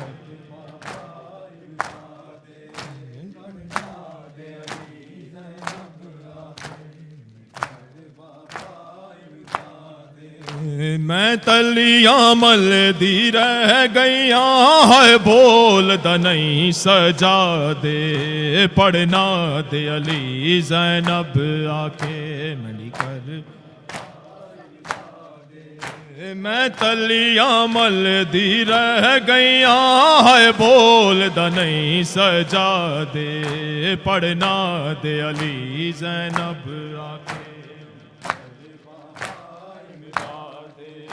پڑھنا دے علی زینب آکھے بابا امداد دے، اس واسطے کمر جھکا ٹردا میرا استقبال نہیں سہ سگیا، جس ویلے دی چادر اتری او قدم قدم تے قتل ہویا، تیری نسل دا وارث گر گیا ہے انواع کے ہوش کرا دے، پڑھنا دے علی زینب آکھے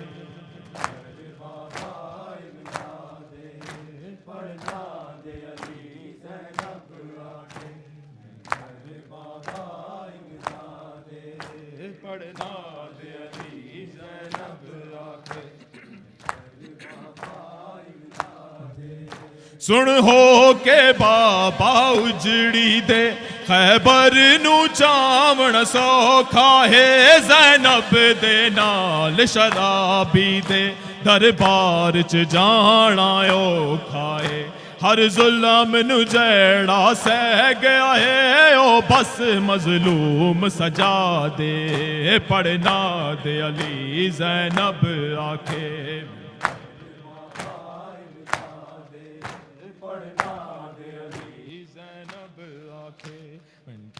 بابا امداد دے، نہیں لاش حسین تے رون دیتا میں پھر بھی بابا چپ رہیاں، کئی بار بچایا عابد نو خود آپ میں سہندی دکھ رہیاں، بازار عبور میں کر آئیاں، دربار عبور کرا دے، پڑھنا دے علی زینب آکھے پڑھنا دے علی زینب آکھے میں تو پوچھ بابا سر غازی دا کیوں نیزے تے نہیں آندا اے، سر ننگا ویکھ کے زینب دا عباس دا سر گر جاندا اے، برداشت نہ غازی کر سگیا، کھلے والے ادھی زہرا دے، پڑھنا دے علی زینب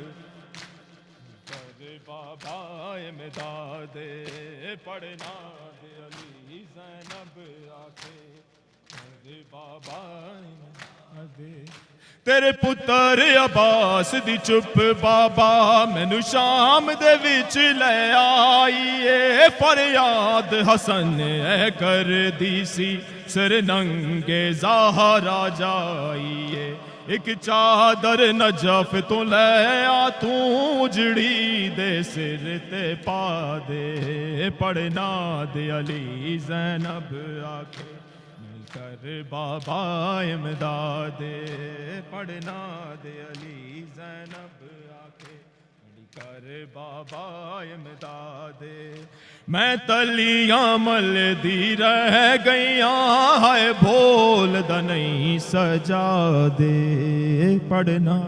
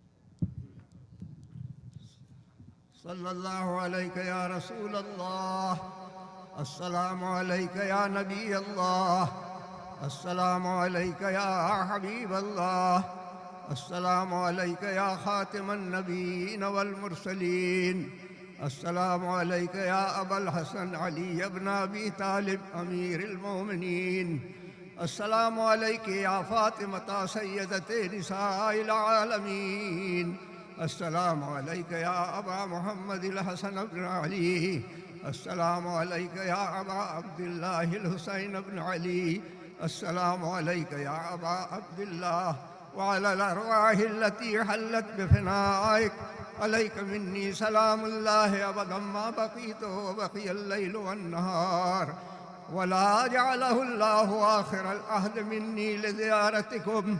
السلام على الحسين وعلى علي بن الحسين وعلى أولاد الحسين وعلى أصحاب الحسين جميعا شهداء كربلاء ورحمة الله وبركاته. السلام عليكم أئمة المسلمين علي بن الحسين ومحمد بن علي وجعفر بن محمد وموسى بن جعفر وعلي بن موسى ومحمد بن علي وعلي بن محمد والحسن بن علي والحجة القائم المهدي. السلام عليك يا صاحب العصر والزمان، الأمان الأمان الأمان من فتنة الزمان. السلام عليك يا خليفة الرحمن، السلام عليك يا شريك القرآن، السلام عليك يا إمام الإنس والجان. عجل الله فرجك وسهل الله مخرجك وظهورك ورحمة الله وبركاته.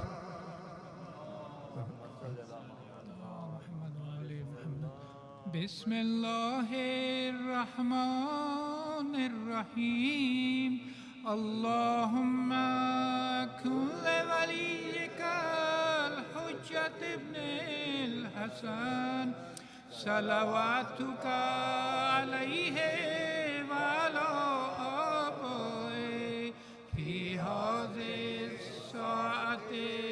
في كل ساعة وليا وحافظا وقائدا وناصرا ودليلا وعينا حتى تسكنه أرضك طوعا وتمتعه فيها طويلا برحمتك يا أرحم الراحمين.